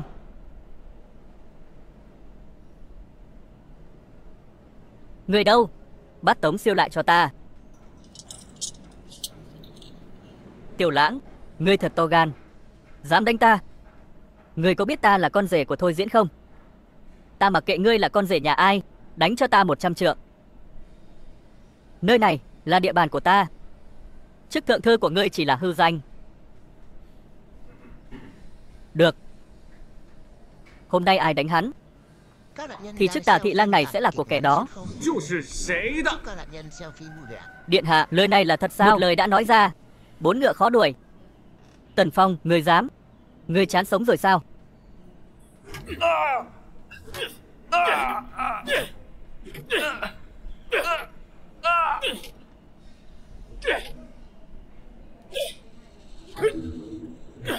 Thừa tướng đại nhân, không xong rồi. Hoảng hốt như vậy còn ra thể thống gì? Đã xảy ra chuyện gì? Thừa tướng đại nhân, Tiêu Lãng đang đánh đòn Tống Thập Lang. Cái gì? Tiêu Lãng, hắn điên rồi. Không được.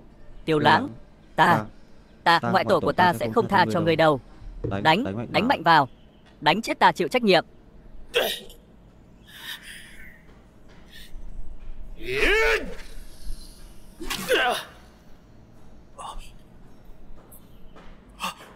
Bẩm vương gia, Tống Thị Lang bị đánh, nhưng mà chết rồi.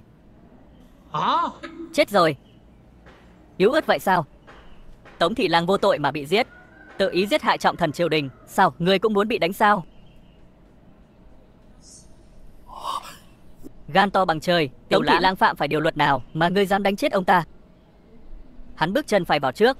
Tiểu Lãng, ngươi dám coi mạng người như cỏ rác, tự ý giết hại đại thần triều đình. Thôi thừa tướng, chúng ta đều biết, nếu như lôi hết quan lại trong triều ra tra hỏi, có lẽ sẽ có người bị oan. Nhưng nếu cứ cách một người giết một người, chắc chắn sẽ có kẻ lọt lưới. Ngươi, Tần Phong, hạ quan có mặt. Ngươi, hãy viết một tờ tấu, tùy tiện gán cho hắn một tội danh, đại khái là cưỡng ép dân nữ, tham nhũng hối lộ. Tiểu Lãng, ngươi dám, ngươi đi báo cáo, ta chém người. Rõ. Lúc nãy ngươi vào cửa, chân trái bước vào trước đúng không? Ngươi đâu? Đánh 50 đại bản. Thừa tướng, cứu ta. Tiểu Lãng, ngươi coi ta không tồn tại sao? Đánh cho ta. Lại dùng lý do hoang đường như vậy để diệt Tống Siêu, chàng cũng thật lợi hại. Nàng là lúc đó không nhìn thấy tình cảnh của Tống Siêu, thôi diễn thiếu chút nữa thì tức nổ phổi, là ta cũng tức nổ phổi. Chàng làm như vậy chẳng khác nào đắc tội với tất cả thế gia. Lúc ta hồi kinh đã bất hòa với bọn họ rồi, vậy bọn họ nhất định sẽ xúi giục bách quan đến luận tội chàng. Luận tội thì luận tội, phụ hoàng bệnh nặng không thể xử lý chính vụ, những tấu trường đó nhiều nhất là lưu lại không phát. Thôi diễn không dám làm gì ta đâu. Chàng đây là không định đi đường khác thường. Thời thế bất thường, phải làm việc bất thường. Loạn quyền mới có thể đánh chết sư phụ. Cũng đúng, bất quá. Tiếp theo chàng phải cẩn thận. Tại sao ta phải cẩn thận? Người nên cẩn thận là thôi diễn kia kìa. Chàng lại có ý nghĩ xấu xa gì nữa? Nói ra nghe thử. Ta là loại người đó sao? Đúng vậy, nhất định là vậy. Tiểu Lãng giết Tống thị lang, đây là đang tát vào mặt ngài, tuyên chiến với ngài. Tiểu Lãng thật ngông cuồng, dám giết người vô tội mà không cần lý do. Liệu có phải là hoàng đế cho phép? Thừa tướng, không xong rồi, lại xảy ra chuyện gì? Tiểu Lãng hạ lệnh cho quan lại tự kiểm điểm, tự điều tra. Tự kiểm điểm tự điều tra là gì? Phàm là quan lại có hành vi tham nhũng hối lộ, nhận hối lộ, tự mình chủ động khai báo, giao nộp 7 phần tài sản phạm tội là được miễn tội. Tiểu Lãng bị ngốc rồi sao? Ai lại tự tố cáo mình chứ? Đây chẳng phải là tự chui đầu vào lưới sao? Tiểu Lãng còn đặt ra phần thưởng tố cáo. Phần thưởng tố cáo này là cái gì? Quan lại có thể tố cáo lẫn nhau. Một khi đã điều tra rõ ràng, tịch thu toàn bộ tài sản bất hợp pháp, người tố cáo được hưởng 3 phần. Tiểu Lãng quá khinh người. Thừa tướng, ngài phải nghĩ cách ngăn chặn Tiểu Lãng, nếu không thì hộ bộ sẽ trở thành thiên hạ của Tiểu Lãng. Bảo Ngự Sử Đái đi luận tội Tiểu Lãng. Vâng. Quay về nói với người của hộ bộ, tất cả mọi người không được tự kiểm tra, không được tự thú, cũng không được tố cáo lẫn nhau. Vâng. Tôn Tú, ngươi định làm thế nào? Hạng Vũ không phải đã lên tiếng rồi sao? Tôn huynh thấy lời Hạng Vũ nói có tác dụng sao? Ngộ huynh, ngươi nói vậy là có ý gì? Tiểu Lãng vừa vào hộ bộ, mắt cũng không chớp đã giết 2 mạng người. Ý của ngươi là nếu chúng ta không làm theo lời Tiểu Lãng, hắn sẽ tiếp tục giết người. Ai mà biết được. Còn vương pháp sao? Còn luật pháp sao? Tiểu Lãng sẽ giảng những thứ đó cho người sao? Vậy Ngô huynh định làm thế nào? Lời chúng ta đã truyền đạt rồi, tự kiểm tra cũng phải chuẩn bị.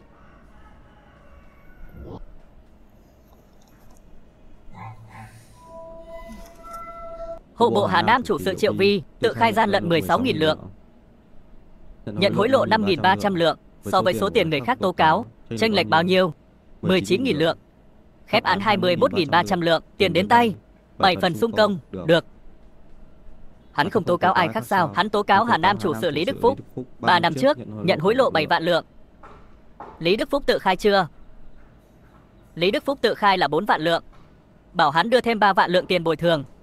Tiền về rồi, 9.000 lượng cho Lý Đức Phúc. Được đấy. Tiểu Lãng, chưa tự kiểm tự cứu, tố cáo lẫn nhau này của chàng thật sự là quá thâm độc. Thâm độc sao? Thật sự là thâm độc vô cùng. Bây giờ quan lại các bộ đều lo sợ bất an, sợ bị người ta tố cáo. Ai bảo bọn họ tham lam vô độ, đáng đời. Đúng, đáng đời. Theo muội thì 3 phần đó cũng không nên chừa cho bọn họ. Muội nói vậy là sai rồi. Nếu không chừa cho bọn họ 3 phần thì việc của vương gia sao có thể thuận lợi như vậy? Tại sao? Muội nghĩ mà xem. Khai ra thì có thể giữ lại 3 phần, không khai thì 1 đồng cũng không giữ được. Nếu là muội thì muội sẽ chọn thế nào? Chỉ có thể khai ra thôi, ít ra còn giữ được 3 phần. Đúng, là như vậy. Vậy tại sao Lý Đức Phúc lại muốn che giấu? Ai mà chẳng có tâm lý may mắn. Có lẽ hắn cũng hy vọng mình có thể thoát lưới. Thì ra là vậy. Nhìn ánh mắt của chàng là ta biết ngay chàng lại muốn giở trò. Người xưa có câu, quan mới nhậm chức phải nhen 3 ngọn lửa. Ta đây mới nhen có 2 ngọn lửa. Ngươi thật to gan. 哟， Đại ca đến rồi, Tiểu Lãng. Tại sao đệ lại phái người đến phủ ta đòi nợ? Phụ hoàng để đệ làm hộ bộ thượng thư. Đệ đến đây mới phát hiện quốc khố đã trống rỗng rồi. Quốc khố trống rỗng thì liên quan gì đến ta? Sau khi đến đây, đệ cho người đi kiểm tra sổ sách. Phát hiện, huynh đã vay hộ bộ rất nhiều tiền. Người vay tiền hộ bộ nhiều vô số kể. Tại sao đệ chỉ đòi mỗi mình ta? Ta đều đòi cả rồi. Có lẽ, người đưa giấy đòi nợ vẫn còn đang trên đường đến thôi. Cái gì? Tiểu Lãng, đệ không sợ gây nên bất mãn sao? Ta sợ gì chứ? Đã vay thì phải trả, thiên kinh địa nghĩa. Tiểu Lãng, đệ đây là đang tự tìm đường chết. Ta, dù sao cũng là hộ bộ thượng thư, là vương gia của Đại Tấn. Ai dám động đến ta, chúng ta muốn giết người, như giết một con kiến hồi. Vậy ta muốn xem thử, đại hoàng huynh nghiền chết ta thế nào. Được. Ngươi giỏi lắm. Nhớ trả tiền cho ta đấy. Trả tiền. Mơ đi. Vậy thì đừng trách ta không khách khí. Ta muốn xem ngươi còn giở trò gì nữa. Ôi dào, ta đây. Chuyện khác không giỏi, nhưng giỏi nhất là trị bọn vô lại như ngươi. Vậy thì cứ chờ xem. Đi thông thả, không tiễn. Điện hạ, Tiêu Lãng, cái tên võ đức này đòi nợ quá đáng, khiến chúng ta sống không nổi nữa. Đúng vậy, sống không nổi nữa. Điện hạ, ngươi phải làm chủ cho chúng ta, ngươi phải nghĩ cách giúp chúng ta. Được rồi, đừng cãi nhau nữa. Các ngươi đi gây chuyện lớn đi, càng lớn càng tốt. Như vậy được không? Tiêu Lãng, ngay cả Tống Siêu cũng dám giết, các người không thể dẫn thêm người đi sao? Tiểu Lãng chắc chắn không dám manh động. Liệu Tiêu Lãng có trả thù sau đó không? Pháp không dung cho kẻ xấu. Tiêu Lãng, trả thù ai chứ? Đúng vậy, có lý. Tiểu Lãng, ngươi ép ta trả tiền, ta liều mạng với ngươi, nhất quyết không trả tiền. Đà đảo Tiêu Lãng, đà đảo Tiêu Lãng, la hét cái gì? Tiểu Lãng, lăn ra đây, ngươi thật to gan, dám gọi thẳng tên vương gia.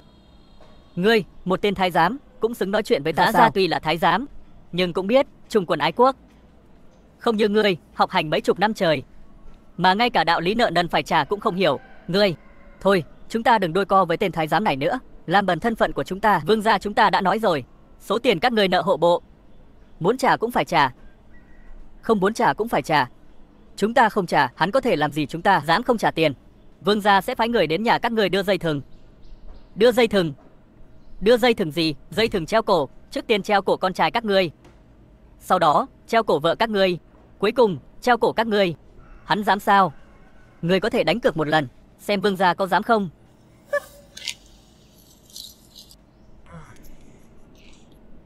Đúng rồi, Tiểu An Tử, chuyện nợ nần của hộ bộ xử lý thế nào rồi? Từ sau khi treo cổ vợ của lại bộ thị lang, các quan viên nợ tiền đều đã trả hết rồi. Chỉ còn đại hoàng tử, tam hoàng tử hai người còn chưa trả. Đồ không biết xấu hổ. Chàng có phải lại có chủ ý xấu gì rồi không? Nói gì vậy? Bọn họ nợ tiền chúng ta đi đòi nợ. Chuyện này gọi là xấu sao? Ta đây là người tốt mà. Đúng, chàng là người tốt. Chàng lại muốn đòi nợ như thế nào? Đòi nợ như thế nào? Đúng rồi, Tiểu An Tử, lương tháng này của các quan viên khi nào thì phát? Ngày kia.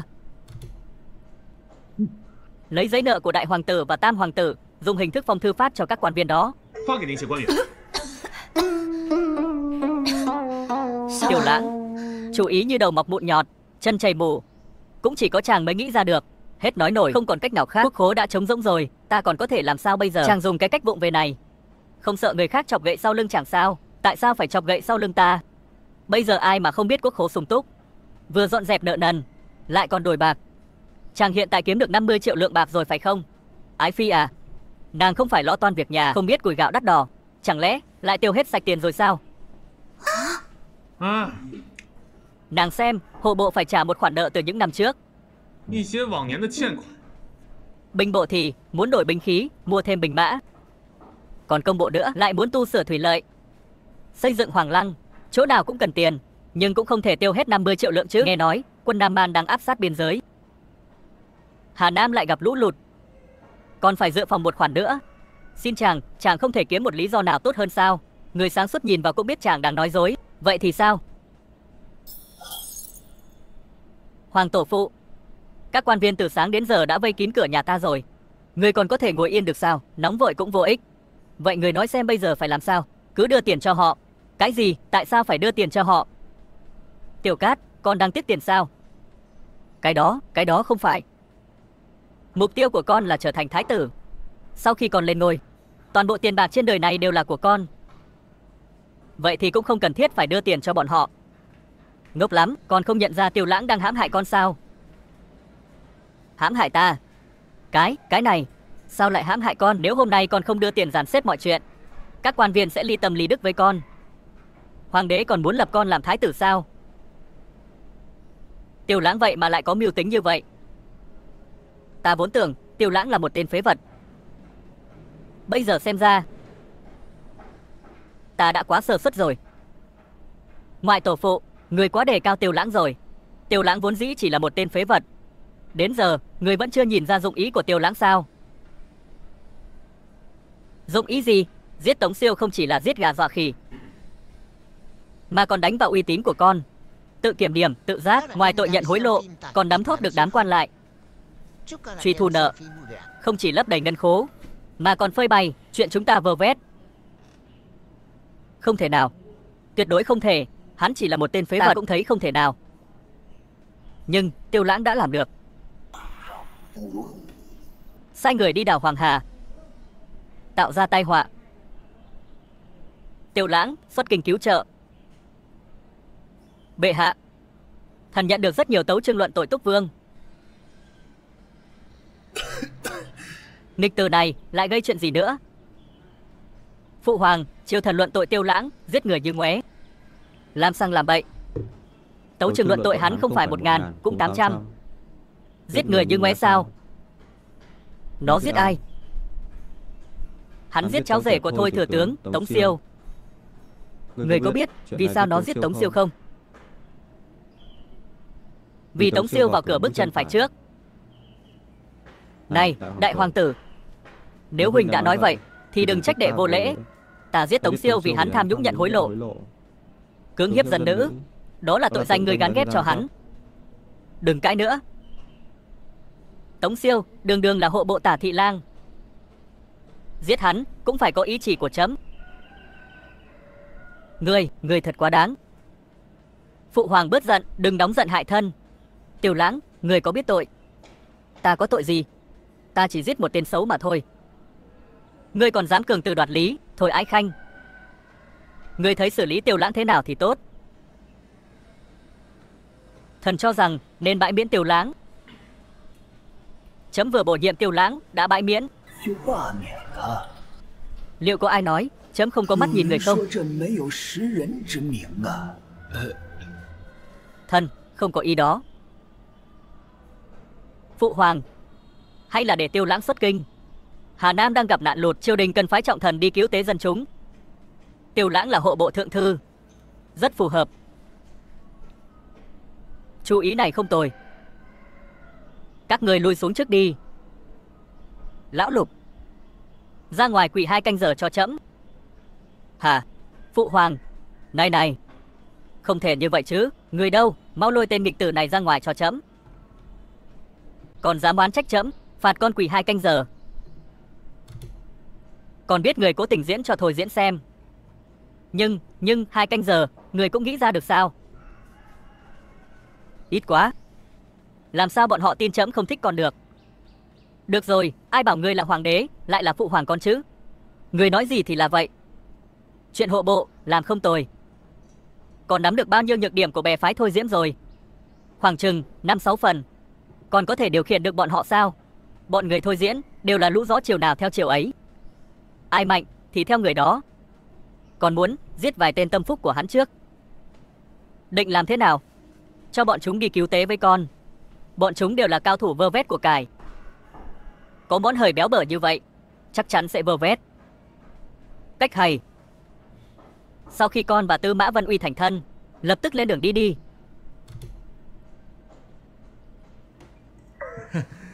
Vân Uy, ta đến đây. Ôi trời, lại nữa rồi. Nàng, Lệ Chi tỷ tỷ đã thỏa thuận 3 điều với chàng, ta cũng muốn. Ừ, được. Nói đi, điều thứ nhất, ta muốn nói rõ sau này ta sẽ dẫn binh đánh giặc, có thể. Thứ hai, ta thích đi khắp nơi, chàng không được quản ta. Ta đã đồng ý cho nàng dẫn binh đánh giặc rồi, chẳng lẽ lại không cho nàng đi khắp nơi? Thứ ba nói là nhanh gì? Lên, đừng làm phiền chúng ta động phòng. Thứ ba chính là ta. Lão nương muốn ở trên. Ôi trời, lão gia ta lại bị nàng đẩy ngã. Từ Mã Vân Uy, nàng cho dù có được thân thể của ta, cũng không có được trái tim của ta. Quấn lấy thân thể chàng, cần trái tim chàng làm gì? Đồ lưu manh.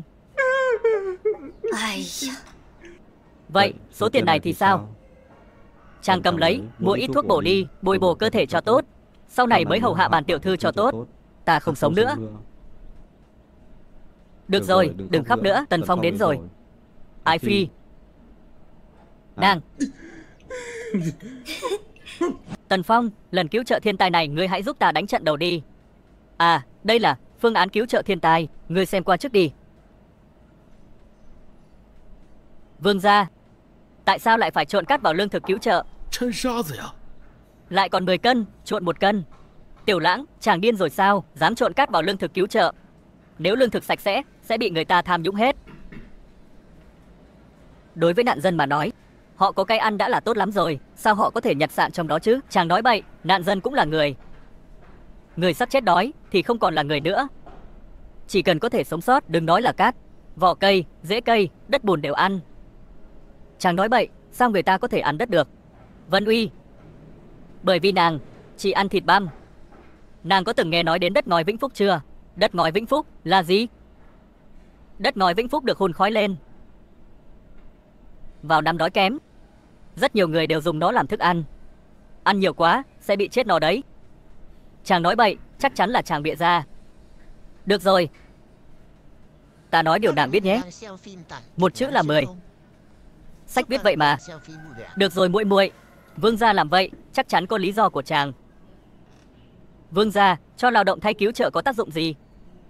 Dân chúng đang đói là dễ bị kích động nhất, cho bọn họ đi sửa đường xây cầu. Không chỉ có thể tiêu hao tinh lực của bọn họ, thứ hai cũng có thể để bọn họ có được lương thực. Điện hạ thật là sáng suốt, hạ quan bội phục.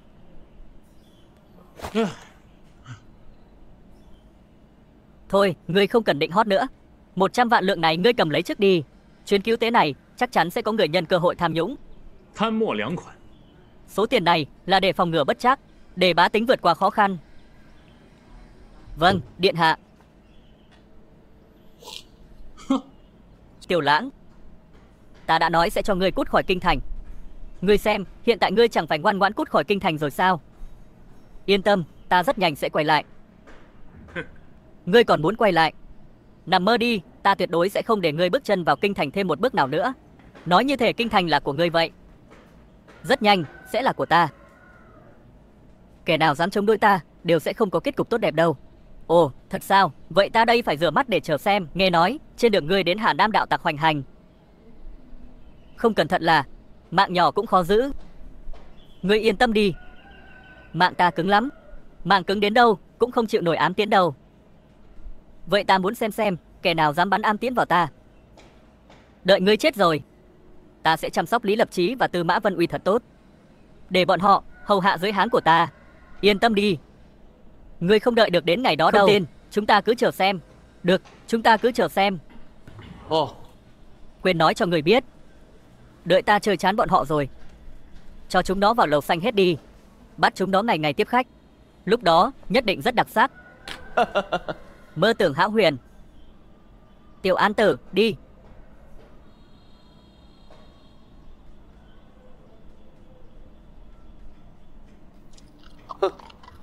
Cứ để ngươi nhởn nhơ thêm vài ngày nữa, đến lúc đó thù mới nợ cũ, chúng ta cùng tính sổ. Vương gia, đại sự không ổn rồi. Xảy ra chuyện gì? Theo tin tức từ những kẻ ám sát Tiểu Lãng chuyển đến, Tiểu Lãng đã bình an vô sự đến Hà Nam rồi. Bản vương nuôi đám phế vật các ngươi để làm gì hả? Mấy trăm người mà giết không nổi mấy người Tiểu Lãng. Vương gia, người ám sát Tiểu Lãng đã bao vây hắn trong thung lũng, đều chuẩn bị ra tay rồi ạ. Vậy sao hắn còn sống? Chẳng lẽ hắn mọc cánh bay từ trên trời xuống sao? Bẩm vương gia, Tiểu Lãng chính là từ trên trời bay xuống. Ngươi xem bản vương là kẻ ngốc sao? Trên đời này làm gì có người bay được? Vương gia, mấy trăm sát thủ tận mắt chứng kiến, thuộc hạ tuyệt đối không dám lừa ngài. Thôi được rồi, bây giờ xoắn xít chuyện này cũng vô ích. Chúng ta không phải còn sắp xếp chuyện khác sao? Người không xuống dưới, ở đây làm gì? Điện hạ, Tiểu Lãng sau khi đến Hà Nam đã lấy cớ tham nhũng mà đại khai sát giới, giết hơn 30 người. Đây là danh sách. Giết gì mà nhiều người vậy? Đây là muốn tạo phản sao? Hắn giết người, khi nào cần kiêng để khuôn phép chứ? Cũng đúng. Ngoại tổ phụ, đây là sự trả thù trắng trợn của Tiêu Lãng. Những người hắn giết đều là người của chúng ta.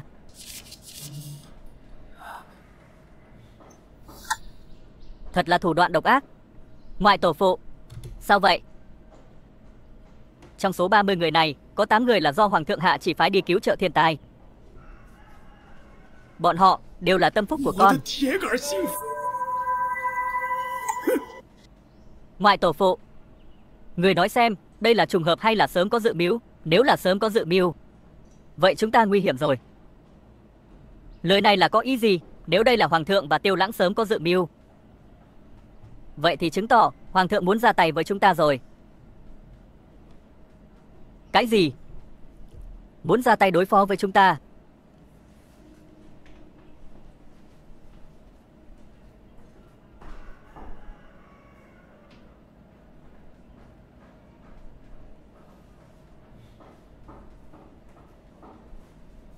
Ngoại tổ phụ, chúng ta bây giờ phải làm sao?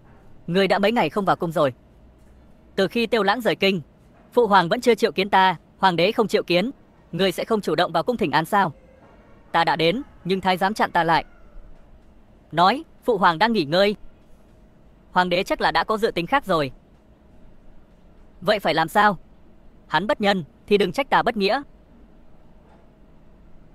Ngoài tổ phụ, người sẽ không phải là muốn. Bây giờ vẫn chưa đến lúc đó, nhưng chúng ta cũng phải tính đến tình huống xấu nhất.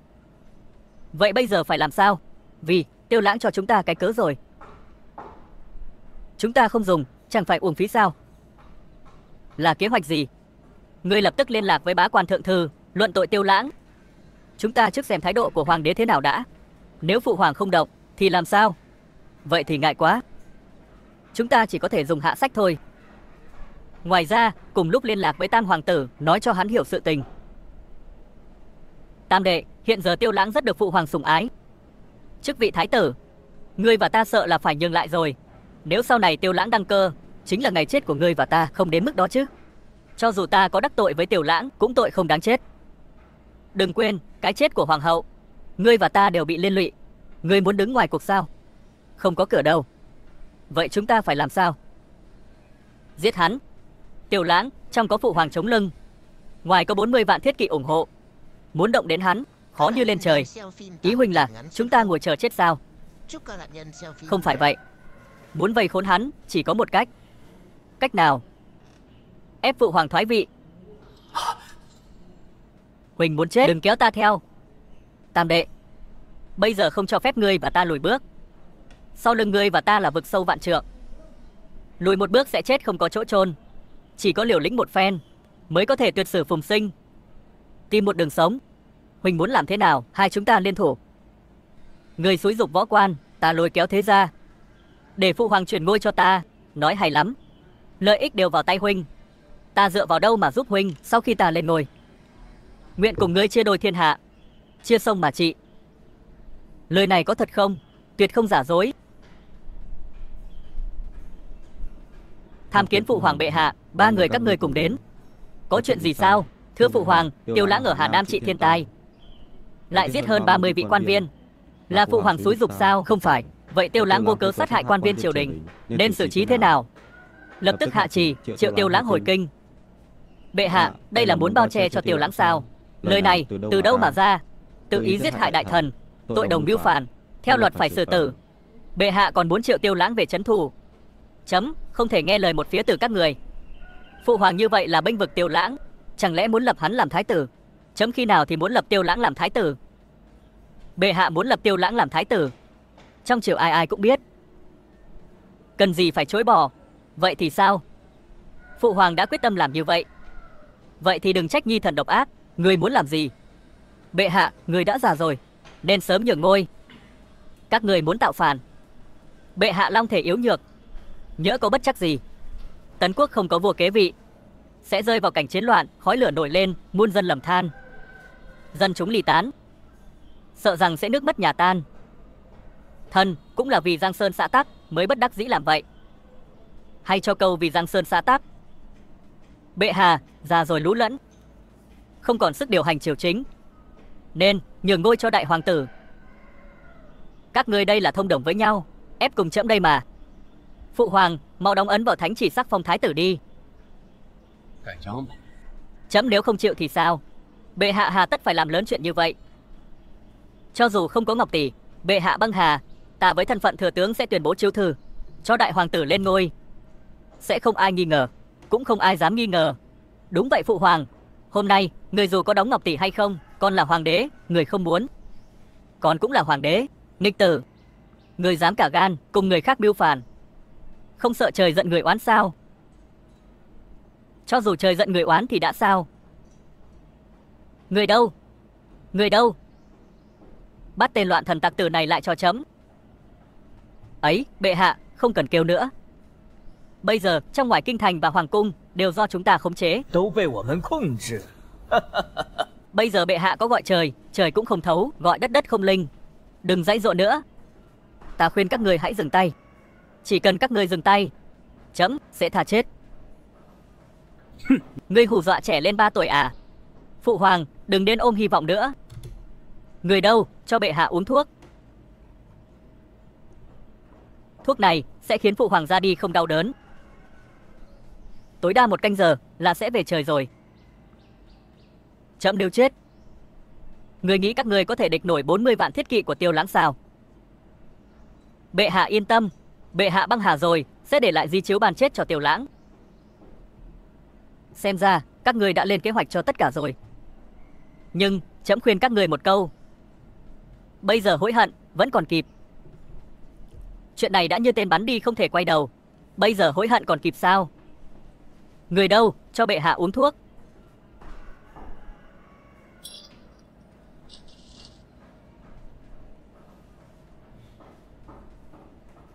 Tiểu Lãng, ngươi không phải đang ở Hà Nam sao? Sao lại xuất hiện ở đây? À, ta nghe nói các ngươi muốn tạo phản, nên ta quay về thôi. Nói bậy. Từ Hà Nam đến Kinh Thành có hơn 4.000 dặm. Cho dù ngày đêm đều đi cũng phải mất 10 ngày. Ngươi không biết ta có thể bay sao? Người sao có thể bay được? Có mọc cánh sao? Khó trách các người ngu muội. Trên thế giới này có một thứ gọi là máy bay.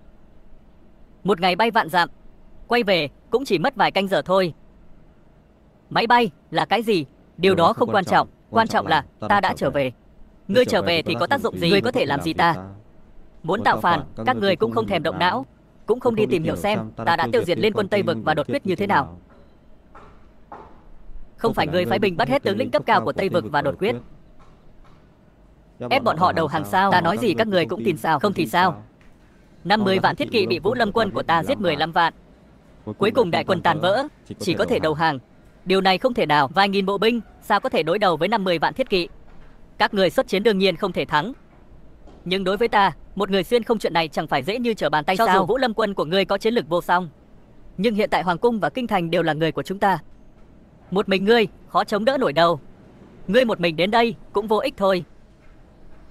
Lát nữa bệ hạ băng hà, vừa đúng lúc thiếu kẻ chết thay. Ai nói ta chỉ đến một mình? Cẩm Ý vệ đâu?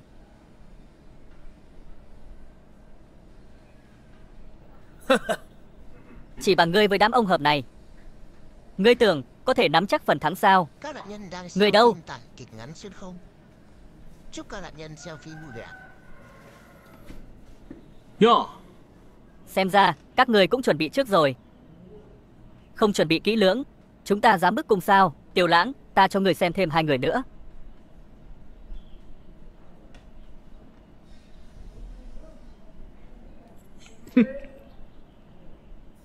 Tiểu Lãng, không ngờ tới chứ. Ta sẽ cắt đứt đường lui của ngươi. Tam đệ, đừng làm họ bị thương. Đợi Tiểu Lãng chết liền nạp 2 người này vào hậu cung, 好 từ 好 từ hưởng 享 thụ. 受享受。 Một thằng nhóc chưa ráo máu đầu cũng muốn đấu với lão phu. Lão phu ăn muối còn nhiều hơn ngươi ăn cơm. Ngươi ăn nhiều muối như vậy, sao không bắn chết ngươi đi? Tiểu Lãng, chẳng phải ngươi nên cảm ơn ta sao? Ta để cho cả nhà ngươi được chết bé bé bên nhau. Ta quả thực nên cảm ơn các ngươi. Như vậy ta cũng không cần phân tâm đi cứu họ, đến chết vẫn còn cứng họng. Ái Phi, mau lại đây, kẻo lát nữa máu mè bắn lên người. Đừng động, còn động ta sẽ giết cả hai. Chỉ bằng ngươi có thể giết được 2 vị Ái Phi sao? 2 nữ nhân này tay trói gà không chặt, có thể làm gì được ta? Ai nói họ tay trói gà không chặt? Được, Hôm nay ta đứng đây, ngươi để họ cho ta mở mang tầm mắt. Hai vị ái phi, người ta đã nói vậy rồi, xin mời. Hai người vậy mà có thể làm ta bị thương. Tam Hoàng huynh, thời đại vũ khí lạnh đã qua rồi. Người không còn đường lui nữa đâu. Người đâu, giết lão hoàng đế, thưởng ngàn vàng. Giết Tiêu Lãng, phong vạn hộ hầu, Cẩm Ý vệ, giết. Không thể nào. Không có gì là không thể, chỉ có điều ngươi không nghĩ ra. Không có gì Tiêu Lãng ta không làm được. Được rồi, vở kịch làm phản của các ngươi cũng nên kết thúc. Ép cung không phải chủ ý của ta, là hai tên nghịch tặc Thôi Diễn và Trình Nham ép ta làm. Đúng. Chính là hai người bọn họ ép chúng ta làm. Thất bại liền đổ hết trách nhiệm cho người khác. Như vậy không tốt. Lục đệ, ta không tranh ngôi thái tử với người nữa. Ngươi tha cho ta đi. Ngươi cứ coi ta như một cái rắm mà bỏ qua đi. Phụ hoàng, Nhi thần nguyện làm người gánh tội. Ta có thể thuê người giết hết những kẻ tham gia vào chuyện này. Hai tên nhát gan các người, tất cả im miệng cho trẫm. Trình Quốc Công, ngươi đã cùng đường rồi, còn không mau đầu hàng. Âm mưu bấy lâu, không ngờ lại thất bại trong gang tấc. Đúng là vận may không tốt. Thôi thừa tướng, ngươi còn muốn chống cự sao? Lão phu cả đời thông minh, không ngờ lại bại dưới tay một tên tiểu tử hoàng ma như ngươi. Cẩm Ý vệ, bắt hết lũ phản tặc này lại.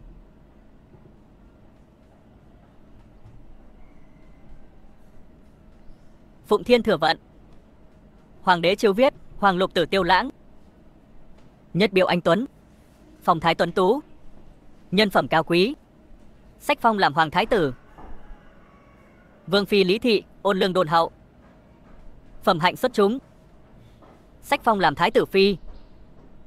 Trắc phi Từ Mã Thị, cẩn trọng thành thật, ôn hòa thuần khiết, sách phong làm thái tử Trắc phi. Khâm Thử, Nhi thần lĩnh chỉ tạ ơn.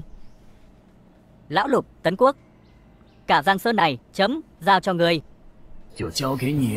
Nhi thần nhất định không phụ lòng phụ hoàng, vì Giang Sơn phân ưu giải nạn, sông pha khói lửa, không chối từ.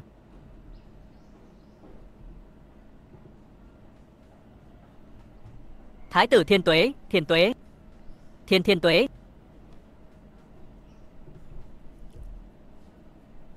Bình thân, Tạ thái tử.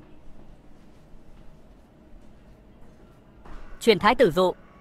Thái tử dụ, từ hôm nay trở đi, trong lãnh thổ Đại Tấn, phàm là người đủ 6 tuổi đều phải đến trường học tập. Triều đình tuyển chọn nhân tài từ phương thức tiến cử chuyển sang khoa cử. Tất cả mọi người, bất kể xuất thân, đều có thể tham gia khoa cử. Thái tử dụ hiện tại có nhiều đệ tử và con cháu võ quan với công trạng chiến công lộc chỉ có hạn. Dù là cốt nhục, nhưng theo lệnh của bệ hạ, con cháu võ quan được hưởng tước vị sẽ bị giảm xuống một bậc mỗi đời, để mọi người đều toại nguyện. Thái tử muốn điều Thiết Kỵ Lương Châu đóng quân khắp Đại Tấn, uy hiếp những kẻ ngỗ nghịch. Kẻ nào dám trái lệnh thái tử, giết không tha. Các vị ái khanh, các vị có nguyện cùng bản thái tử vì Đại Tấn giàu mạnh, cường thịnh mà nỗ lực hay không? Thần nguyện một lòng theo thái tử,